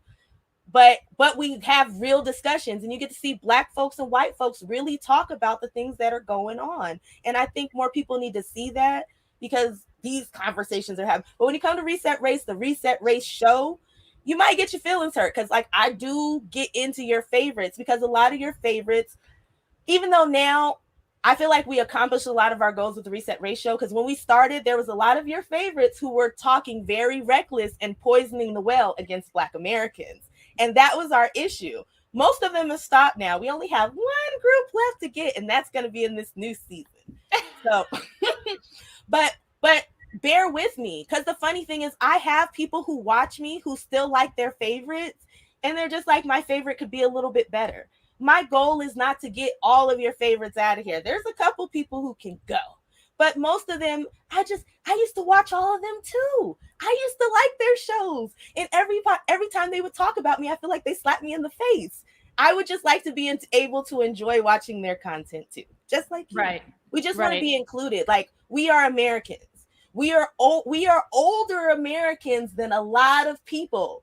Like, we have been here from the beginning, and we just want to be treated as Americans, and we want the same consideration, right? Like, the Native Americans, we still need to do more for the Native Americans in the way of honoring their treaties and stuff like that. But there has been attempts made at least to do something for them, right?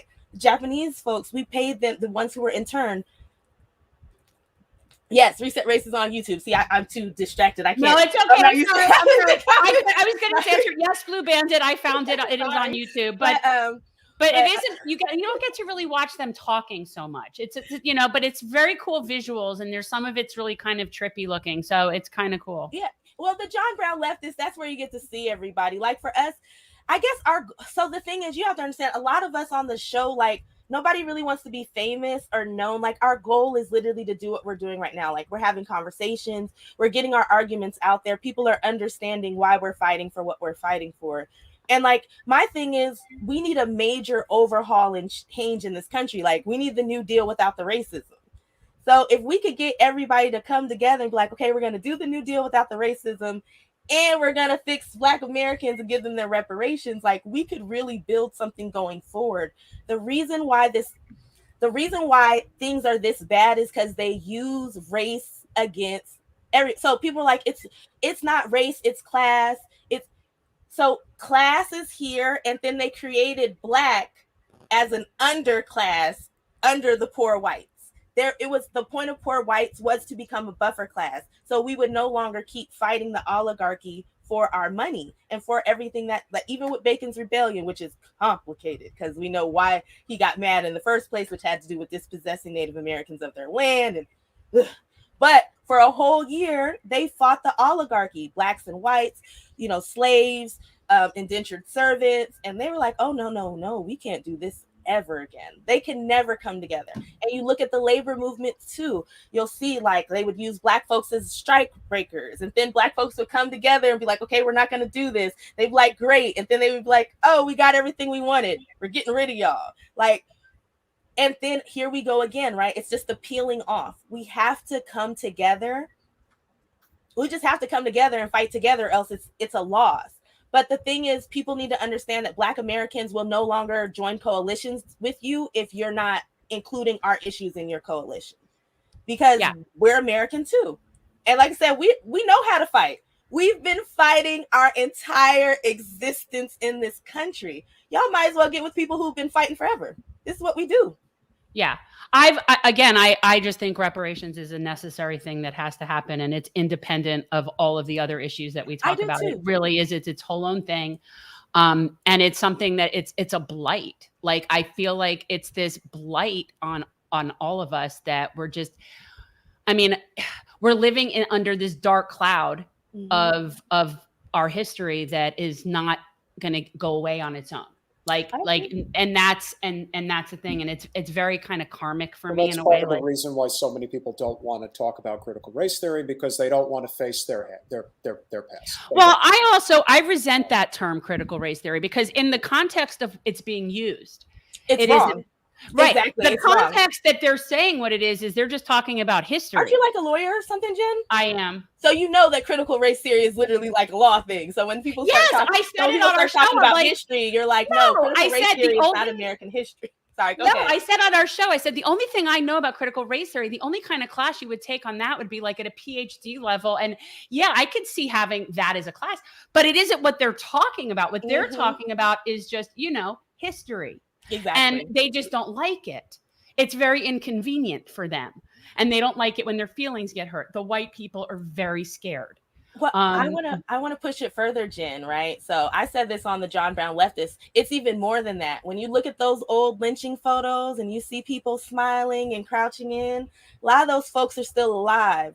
There's no statutes on murder. So if we actually start picking up and doing what the Jewish community has done with dealing with the people who were former Nazis and everything else, there's going to be a lot of 80, 90, 100-year-old people sitting on trial. I think that's part of the reason too. No, a lot of people don't want to lock up Meemaw. Yeah. Have you been to, I actually went to the museum in Montgomery. I haven't been yet. I've seen the videos from it. It's gorgeous. It's amazing. It's like, it's hard to say that it's beautiful because it's very bittersweet. Tragic, but it's nice to, but for me, it's just good to see. It's good to see the representation so people can understand. And people really should go there. People should really go there. I took my son there, my younger, when we were trying to escape a hurricane. I'm like, you know what? I've always wanted to go check this out. It opened like last year. Let's go. I'm going to go see it. Montgomery is extremely somber. The town of Montgomery, to me, is so blighted with this past. The entire city exists as a slave trade in between New Orleans and Atlanta. And basically, their industry was slave trade. So their warehouses were built to house people. And so you're talking about, and their little town square was the slave trading block. So it's like it didn't exist for any other reason. And so there's this real darkness there, but the memorial and the museum are amazing. And the way that they really do give detail to every single person in the counties that was lynched, which mostly were nameless, faceless people. Otherwise, it would like 3 Negroes were lynched or whatever it would say in the paper. And so it was very touching, but I honestly could not get out of Montgomery fast enough. Like, it just had this it felt like when I've been to Israel, and there is a museum, the Holocaust Museum there is called Yad Vashem, and it's the largest Holocaust memorial in the world, but it's heavy, right? Like, and this Montgomery, Alabama felt like that to me. And just very dark, but yet I would encourage people to do it, just like I would encourage people to go, to the Holocaust Museum or, wherever, but that's what it felt like. And the fact that they built the museum in the warehouse, one of the warehouses, it was harsh, and I think in a good way. Like, I think it needs to be, but I highly recommend it if you ever have the opportunity.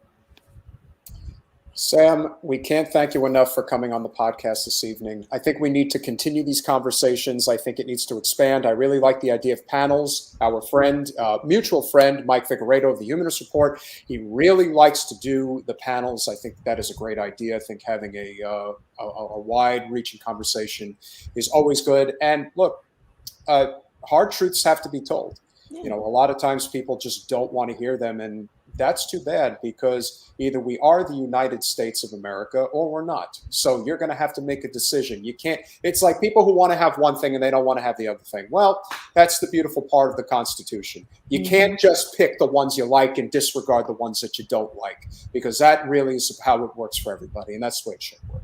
So final words for you. Please plug whatever you're working on, how anybody can find you.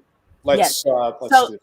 So you can find us on the Reset Race Network, which is I think it's youtube.com/ActifyPress.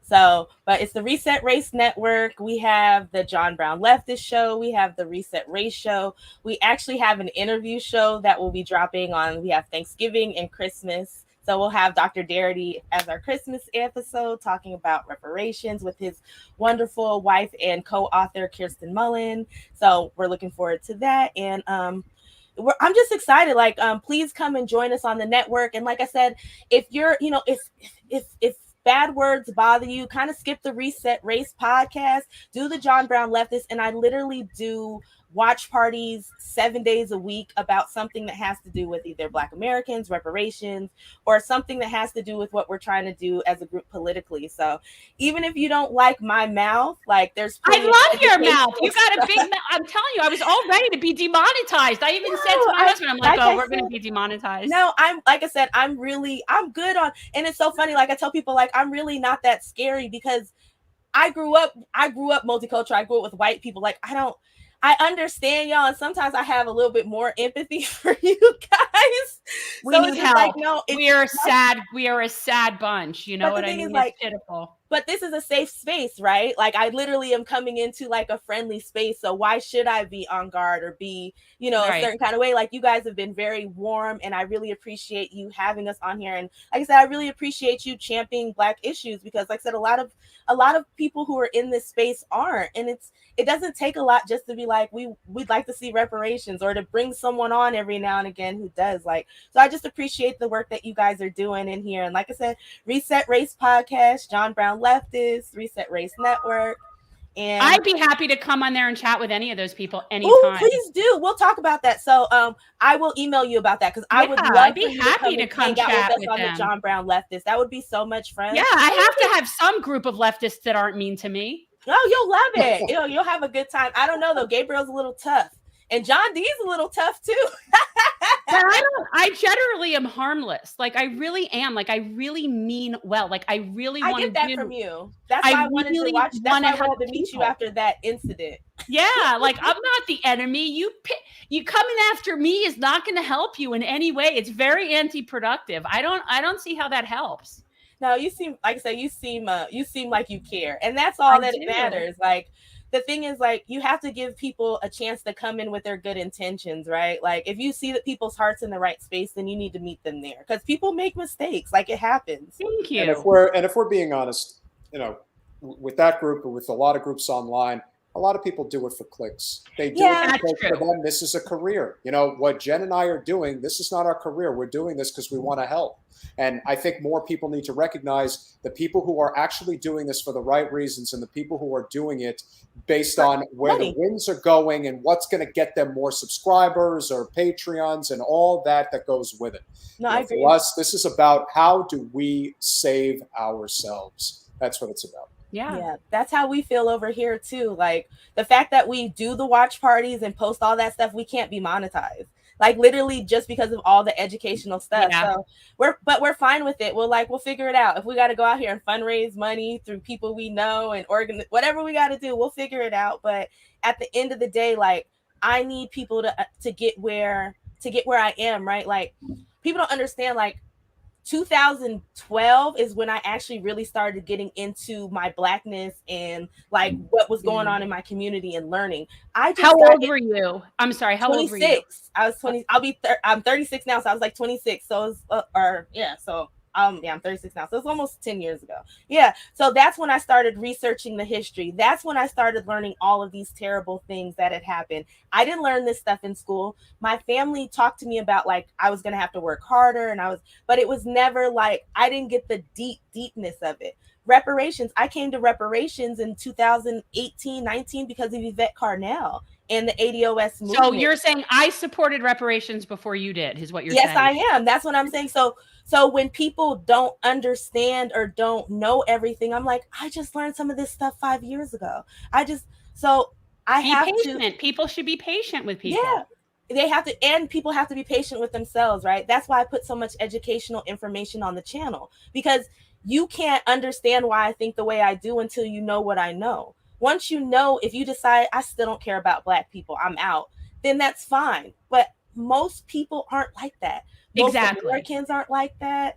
Like most people just genuinely want to have a good life for themselves. And I feel like the George Floyd thing proved this to us, even though I hate that it had to be over his dead body. But the outcry that you saw from the white community, like you saw white women's hearts breaking. You saw these white mothers crying in tears, distraught. Like you saw people come out and have massive movements because they saw like, oh my God, I didn't know this was still happening. Now I need them to feel the same way when Black babies are starving through economic genocide. Because we have third world conditions right here, right now in this country.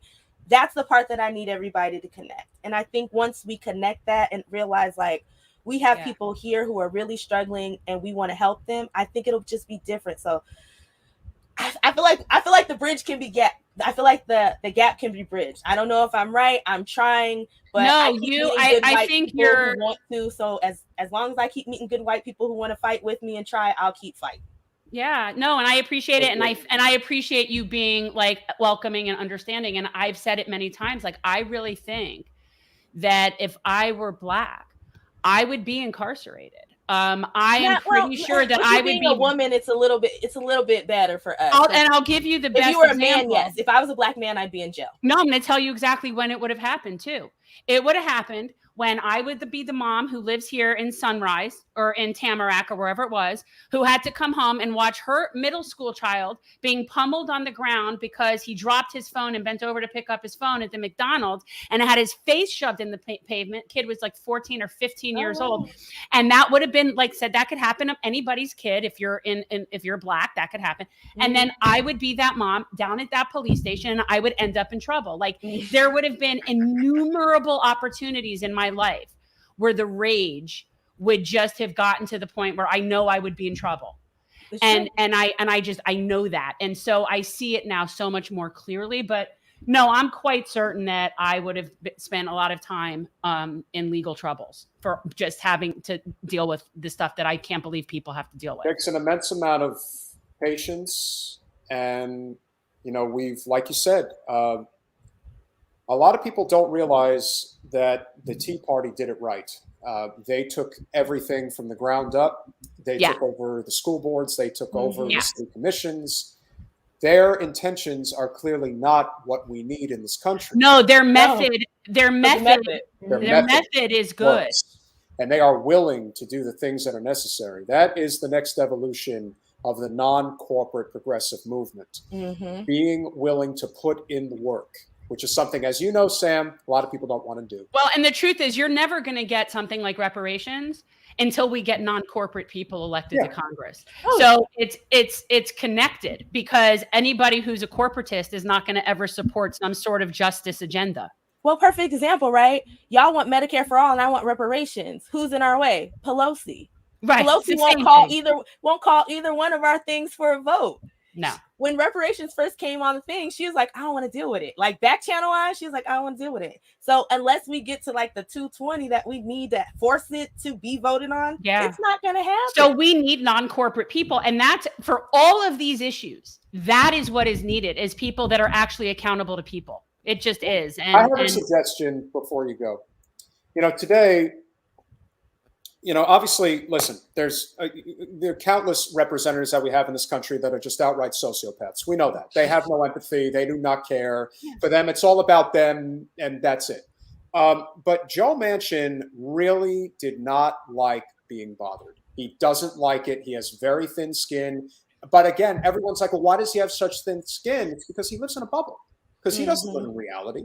He doesn't actually know what it's like and how what he does actually impacts people's daily lives. But when people come up to him and start heckling him about the fact that he sucks, he doesn't like it. Well, as far as I'm concerned, there should be like a round robin of people going into Capitol Hill every single day up to that hill. And when they are walking in at 8:30 in the morning, they should know that there are people looking right at them saying, you suck at your job and we're coming for your ass the next election.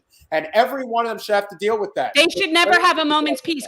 That's how I feel. That's everybody. Keep your hands to yourself. Mind your business, but they shouldn't be able to go to their grandkids' recital. No. You should be. Kirsten Sinema should be followed into the bathroom. Everywhere you go, either people should turn their backs on you like the police did to the mayor in New York, or you should hear a mouthful. My kid, you should tell them exactly what's wrong with your life and why aren't they fixing it. They should feel that. They should never want to. If they don't want to serve you, they should never leave the house or their job. They should walk from job to their car to their house and go in their house. That's the only places that they should not have to hear your mouth, which is that's what I agree. In their house. But anytime you are in public, you should have to feel that heat but again, that gets back down to us, right? We got to organize enough people. So when they do that, we can send them like, well, we got 5,000 people and we're not voting for you next time since you're not listening. Yeah. But again, that's the real work. We cannot outspend these people. No. And we can't YouTube our way out of it either. The YouTube part is for the information. The work is on the ground. Yeah. And that's what I say. Those people should not get a moment's peace. From the moment they leave their house, from when they get to their office, they should not have a moment's peace. One of my all-time favorite quotes from the writer of our Declaration of Independence is, when the people fear the government, you have tyranny. When the government fears its people, you have liberty. If the government starts to fear its people, things will get done. They always have. You know, having this consensus now that we are going to break the divide in many ways, because when Dr. King was doing his thing, there was a huge divide in this country, and it was infinitely worse than people could possibly imagine. And people talk glowingly about him today, but the truth of the matter is, Sam, you know this, a lot of people who were alive when Dr. King was around, they were using the N-word when they were talking about him, and everyone knows it. So as much as things have changed, they haven't. There is still this part of society that hasn't evolved, and we're going to drag their asses into the 21st century. But I really do think that this multicultural coalition of the consensus of non-corporatism is how we're going to stop this. And if it really comes down to it, people need to be dragged in. There is righteous anger. It just needs to be directed the right way. And I think not at me. It shouldn't be directed at me. Yeah, it's all about you, Jen. But it is when people come on all angry. I assure you, isn't that our responsibility, right? Isn't that our responsibility as media, right? So I'm new to this. I've only been at this a year, and my channel's still relatively small and it's growing. But I feel a responsibility. Like, even for as much as I go off, I still, after I do all of my ranting, I'm like, we need to work on doing this. You have to channel the anger into something positive, or else you just are leaving people with nothing but rage. Yeah. I can't do anything with nothing but rage, but tear stuff down. Yeah. But if you give me something to move towards, or something like, okay, well, they're not doing what they're supposed to do, so why don't you find 5 friends? And you and those 5 friends, somebody, y'all rotate and listen to these city council meetings. People take notes. Then you guys decide as the group of 5 to go and knock on these doors. We just have to give people something to do. If I just keep talking about the problems and I don't give you a solution or try to help you figure out a solution, I just get rage. And then people just get angry and shut down. And we already know half the country doesn't vote. Yeah. That's for sure. It's a problem. You know what? I could probably talk to you forever, but sorry, you guys. No. Well, I would definitely have you back on, and I would definitely also like to have you come on as part of like bigger panel at some point as well. Yeah, like, and we'd love to have you on the John Brown Leftist too. I think yes, definitely give me the info. But I so appreciate you coming on, Sam. I knew you would be way fun to talk to. You know what? These other organizations, these other groups, if you will, online, they like to do their own little networking and coalition and stuff. We should do it. we should I have, think so. you know. Well, we are. Yeah. I mean, like, I feel connected to people like Mike Figueredo and Tim Black, and Mike I was so definitely. sweet. He was a great host. Like, I really Mike's enjoyed great. being on his show. He is one of those people that truly is about building up, bringing up other people. Like, he sees life not as a pie, right? Like, he Yes. really wants to share and he exudes that, and he's a very kind person as well. So I'm a big fan of Mike. He's also one of the people that really appreciates my impressions. So yes, Peter's going to be doing some of his Sam, I'm going to give you a choice before you go. Okay. You can have Bill Clinton, you can have Bernie Sanders, or you can have Donald Trump. What do you want? I'm gonna go way back with Bill. Okay, he's the good. The beginning of our real neoliberal problems. Well, you know, they called me the first black president, but the truth is, I really like you, Sam. You're quite a sweet lady, and whatever your organization does, I'll pretend like I care. You know, whatever. Isn't she cute, Bill? Whatever. Oh Lord, don't get Bill started. If Hillary ain't watching, let me just say, she ain't a tall drink of water. She is a beautiful river flowing through my veins right now. So I really appreciate you coming here. So that's my book. That is an amazing impression. That is actually really, really good. And I have the mask. When he's in studio, he puts the Clinton mask on. Oh, we have Clinton, Bernie, Trump, and Joe. We were trying desperately today to do what we needed to do, and I talked with my good friend Joe, but he doesn't seem. Joe is not your friend. No, he's a very good friend, and that is why we are going to eventually going to get this passed. It's going to happen, and believe me, that's what it's going to. But you are a really, really terrible person. There is no such thing as racism, Sam. We are a United States of America. We're really great people here. I love the blacks. They're tremendous people. They're great people. I love him. Yes, I love him. He's like, I love the blacks. They love me. As long as they as long as they vote for me, they're great people. Tremendous Trump people. doesn't have a problem with blacks. He just cares about money. That's it. That's for sure. It has nothing to do with black. He cares about green, and if you're a wealthy black golfer, I'm sure he's all about you. So I don't quite loving.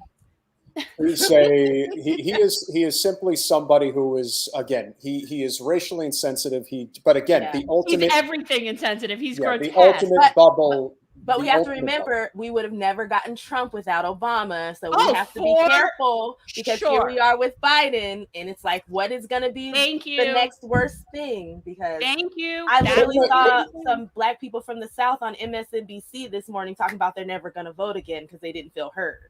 And when I heard that, I was like, it's coming. It's coming. It doesn't help when you've got people like Jim Clyburn either. You know what I'm saying? We actually have somebody running against Clyburn in South Carolina. Hopefully he'll be able to shake some things up, even if he doesn't necessarily boot Clyburn. Hopefully he can actually get people in the community to start seeing what is going on and actually get people to. But I think it's just the problem is, like, people are tired, right? And when I'm starving and I'm hungry, sometimes I don't want your words. And that's why I believe in mutual aid too, like you guys talk about. Because sometimes you gotta have multiple places to get people in. But Thank you so much, Sam. You are a trip and a pleasure. It is. Thank you guys. I appreciate you guys. You guys have a good evening. Thank you so much for having me. Thanks, Sam. Bye. Bye. I knew I liked her so. I told you I would like her. I didn't really need you. I know, but I felt like I could have been watching the World Series. You didn't need me. But I need you for this. So as you guys know. So instead of news and amuse, I'm just going to give like the preface. I just decided we had three sort of justice. So Steve Donziger did have to report to prison today, which is amazing that this is going down. But what's even more amazing is the fact that there were only, I think, 4 or 5 congressional representatives that actually spoke out on his behalf. Rashida Tlaib was one of them. Shagris Garcia was another. Where was Ilhan? What's that? Where was Ilhan? She was not there. And I'm sure it wasn't out of principle. No, she has spoken up on behalf of Donziger. So I'm not going to hold that against her. I will hold it against a number of other people who won't speak up. But as you know, it's just showing how what we're really living through here is, it's an Orwellian nightmare. I mean, For people who don't know, Stephen Donziger, who is a human rights lawyer, he is a human rights lawyer. This is somebody who basically had dedicated his life as a lawyer to helping indigenous people in Ecuador, right? Like, this is one of the best types of lawyers there are. yeah. And that is it, where it's the only time when it's not an oxymoron to say a lawyer. But this gentleman won the largest settlement against Exxon Mobil. Well, at the time it was Exxon Mobil. Now it's Chevron, but it was for $9.5 billion against Chevron Corp. And he won it in an Ecuadorian court. And then when they went to enforce that and get the payment for that the people are owed, whose river was tainted, poisoned, and is now not clean drinking water anymore. Basically, Chevron went on the attack and they went after Donziger, and he has been on home arrest since August of 2019. Amazing. He has been on home arrest for a contempt of court in a civil proceeding where Chevron went after him and they wanted to see his private communications and wanted his phone, stuff that was attorney-client privilege. And a judge appointed by Chevron was holding him in contempt of court. He was just found guilty of contempt and was just sentenced to 6 months. And instead of giving him credit for time served under house arrest since August of 2019, he actually had to today turn himself in to start serving a 6-month sentence. And this is an outrage. It's an outrage. And it's just one of those things that we're watching happen in live time, very much like how I feel about Assange, in a sense that we're just watching this and it's like a kangaroo court. Like, this isn't even, how is this even real? Once again, when you learn who the owners are, the real owners, you will see what can be covered by corporate media and what will be framed a certain way to have the message that they need to have conveyed. We talk about the George Floyd protests. We knew that was going to divide people as much as it was going to inspire. When it comes to the issue of corporate special interests, particularly that of big oil, there is no interest other than their interests. And damn everybody in the process if need be. And this is a perfect example of that. And what's even more interesting is the fact that Donziger got prosecuted, and people are like, 6 months. Well, that doesn't seem that bad. Well, here's the thing. He got prosecuted to the fullest extent of the law. However much of a penalty they could give him, they gave it to him. And they are going to continue doing this to anybody who gets in the way of corporate interests. This is the biggest reason why we're seeing the reconciliation bill get stripped to the bone. Because Biden is bought, Manchin and Sinema are bought, most of them are bought. And when you're bought, you give in. And the people who are not being bought are the ones who they are going to try to run out of office. Or prosecute in other industries. So this is one of the biggest issues that we have, is the treatment of whistleblowers and people that, for me, fall in the category. I mean, technically Donziger isn't a quote unquote whistleblower, but he is in that category of which needs to be a protected class of people that are, by the nature of what they're doing, speaking up truth to power, in whether it's through the judicial system or through through journalism and publication. These are people that we need to be protecting. And so apparently Stella Morris, who's Julian Assange's partner, visited him and was just really taken aback by how horrible, sick he looked and unwell he looked. And well, they are trying to kill him. I mean, it's very clear. So what I want to do is, I don't think, because honestly, guys, at this point, I don't think he's going to be extradited. I just think that they're at the point where they're just trying to do whatever they can in the absolutely horrific conditions that he is being subjected to, just hoping that he keels over and dies. That's what they're hoping for. Because then they'll say, well, we didn't actually prosecute him. Yeah, well, that's the thing. I mean, but they're slowly killing him this way instead. Yep. But obviously, we know that the extradition was denied by the judge in the UK in January. And of course, the Trump administration immediately went to appeal it. Then when Biden took office, they indicated that they had no intention of getting rid of it and not going with it. We We have been on like a mission. I have across the bottom of the screen, guys. If you have not yet called the Department of Justice hotline, leave a message telling them you want them to drop the case against Assange. This is something that we have to be regularly talking about. Yes. And it cannot just go away. This is very, very important. And Julian needs help. And we have an opportunity that we wouldn't have had under a second Trump administration. So we really need to, and we need to do this prior to what could possibly happen in 24 with the election of like somebody like Ron DeSantis as president. So, I mean, it's so you like my meatloaf? I do wonder what a yes, Kay, absolutely agree. Anthony Clark is one of the great ones, 100%. Yes. It really does make me wonder because as Kim Iverson, who is a supporter of Ron DeSantis, was saying the other day, he's really a libertarian. And I do agree with that. And one of the reasons I say that is because in the state of Florida, it would be very easy for DeSantis to be rah-rah Cuba and Venezuela, and he's really not. And that's a sigh of relief compared to somebody like a Wasserman Schultz or even a Rick Scott. Right. You don't hear Ron DeSantis talking about bombing Cuba. No, he doesn't talk about that. Marco Rubio does. Whatever you're doing is being loud and annoying. It is? Yes. Oh, I'm sorry. I was just touching my keyboard for a second. Yeah, it's annoying. So do you like my meatloaf quote? I do. 2 out of 3 ain't bad. 2 out of 3 ain't bad. Love meatloaf. I won't do that.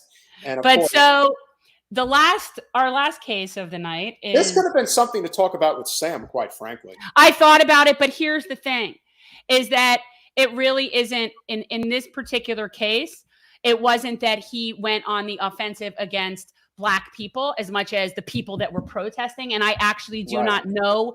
I do not know the race of the people. There were 2 people killed and 1 person wounded. But what was so upsetting about this and how ridiculous is, and granted, you're talking about the ones that Kyle Rittenhouse killed. Yeah, they were white. But right, again, that's what I'm saying. But what's the real problem here is that the people that are that are in his camp, right, whatever that is, they believe that this person was on like a mission of justice and valor, and he was taking out looters and rioters. From Gad. He was on a mission from Gad. Right. And so this judge just ruled that that the men who were killed by Kyle Rittenhouse, and this is in his trial, can be referred to as rioters and looters, but cannot be referred to as the victims. And that is unbelievable. Like how you're talking about people in the criminal case in which about the murder of these 2 people, and you're not referring to them as victims, but you're being forced to refer to them as criminals to basically undermine this case and make it look like this gentleman somehow is like, some provider of justice. Like somebody's already suggesting that he made like a white power symbol when he was on the bench and that type of thing. Look, the reality is our courts, our judicial system has been completely co-opted by the Christian right, conservative right, whatever you want to call it, over the past 30, 40 years. And Mitch McConnell is the eye of the hurricane when it comes to that issue. That has been his mission in life. I mean, look at Mitch McConnell. Mitch McConnell really, to me, is the embodiment of a guy who, picked last a kickball, never got the prom date. And, he definitely had the kick me sign on his back. He's, I'm going to take over the world. You just watch. And he's did. So gross. I think he's dead. Like, I think he is like the Walking Dead. Well, with all due respect, he actually is the leader on Capitol Hill of the GOP, unlike Chuck Schumer, who can't lead a horse to water, much less make it drink, which again speaks volumes about the 2 parties. But as you like to suggest, on this way on purpose. Well, here's what's so screwed up. So I want people to imagine this scenario, right? Let's imagine this scenario where a group of armed Black militiamen, and we know that there are groups that are this because I've seen them march. There are definitely, groups of Black gun owners. Let's say a group of those, a club of those gun owners showed up on the January 6th at the Capitol steps and proceeded to shoot at the white people that were the insurgents going into the Capitol. So the rioters and the looters, because to me, if you're walking out of Congress holding the lectern, you're looting. So let's say that a group of black gentlemen shot and killed 2 of those looters. I guarantee you they would be being referred to as victims and not as rioters and looters. So that's the problem with this. It isn't that I disagree that they were rioters and looters, because they were. I don't actually know about in the Rittenhouse case who was who or what was what. But the point is that would not be how they'd be being referred to if the person on trial was a black man. That's just a fact. And I would agree. And again, that's what is so frustrating about this. Yeah. And my thoughts on people like Kyle Rittenhouse is you just need to stick some little baby face like him in a Gen Pop. Oh yeah, and see what happens there, because he's very pretty and young. You've got a pretty mouth. He's got a pretty mouth, and he's very young. And I would just nicely, casually stick him in Gen Pop, and that would. And I assure you that would. The whole thing about the Rittenhouse case, which to me is an open and shut case. This guy went to Milwaukee. He went there with an automatic weapon. And, right. And if you ask me, this isn't some guy defending his. Again. He claims that he was going there because he wanted to stop the rioters from destroying the property and all that. And that's a whole other debate about what the real intentions of that are. But if this guy was defending his property and he ended up killing somebody, you could have a valid argument for self-defense. And I would probably be a juror who would vote in favor of acquittal. You mean if this was happening on his property and he came out to defend his own property? This was not only his property. He went to this place looking to hurt somebody. Like, to me, this is an open and shut case. At least it should be. Right. And this is how you see like this sort of insidiousness of our judicial system where, it is an open and shut case. So how do you get around that with stuff like this, where you allow for things like the victims to be referred to as criminals? Alive, because he needs our support. The people who are dead, they're not here anymore anyway. And no, I honestly, Kyle Rittenhouse will make a nice wife. He'll make a lovely wife to somebody, and all the power. They'll put a nice wig on his head. I'm just saying. So, as you guys know, we have been attempting, and I am actually going to two Halloween parties on Saturday night. How exciting for you. I'm so happy for you. I was so worried about that. I was worried. I'm like, what's Peter going to do for Halloween? It was keeping me up all night. Something fun.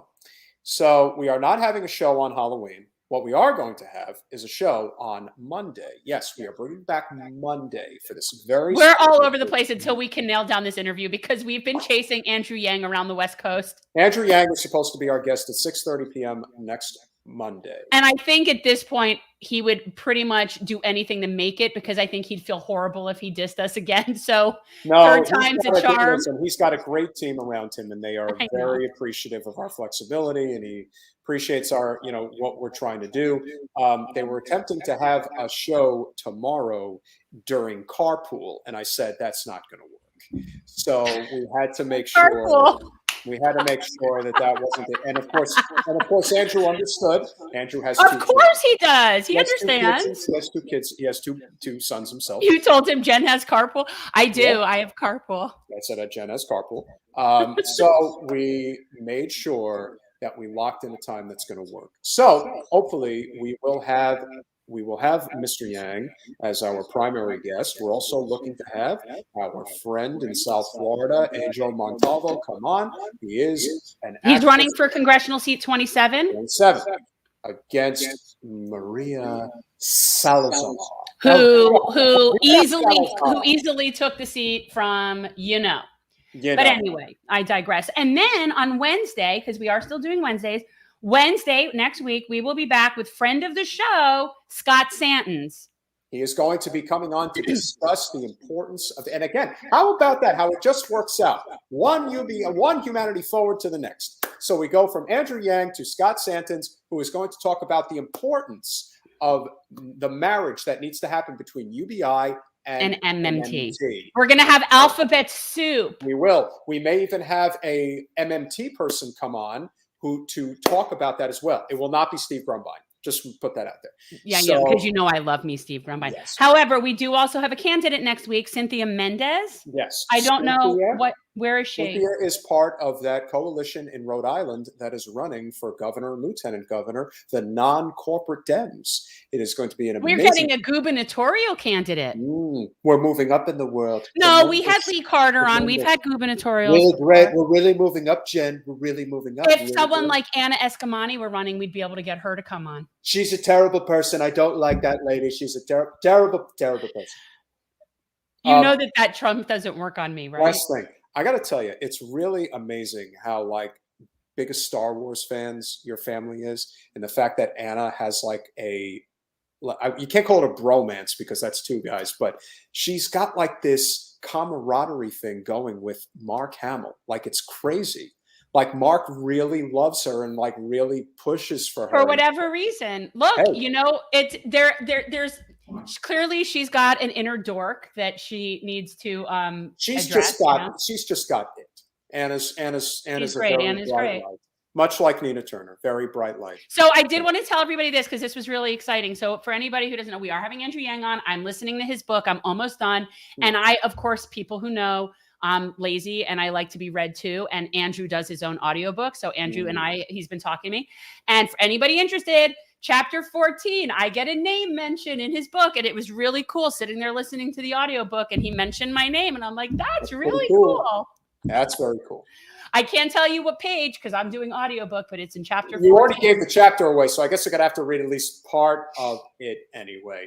Guys, pleasure as always. Thank you so much. Bye, all. Happy Halloween. We'll see you Monday.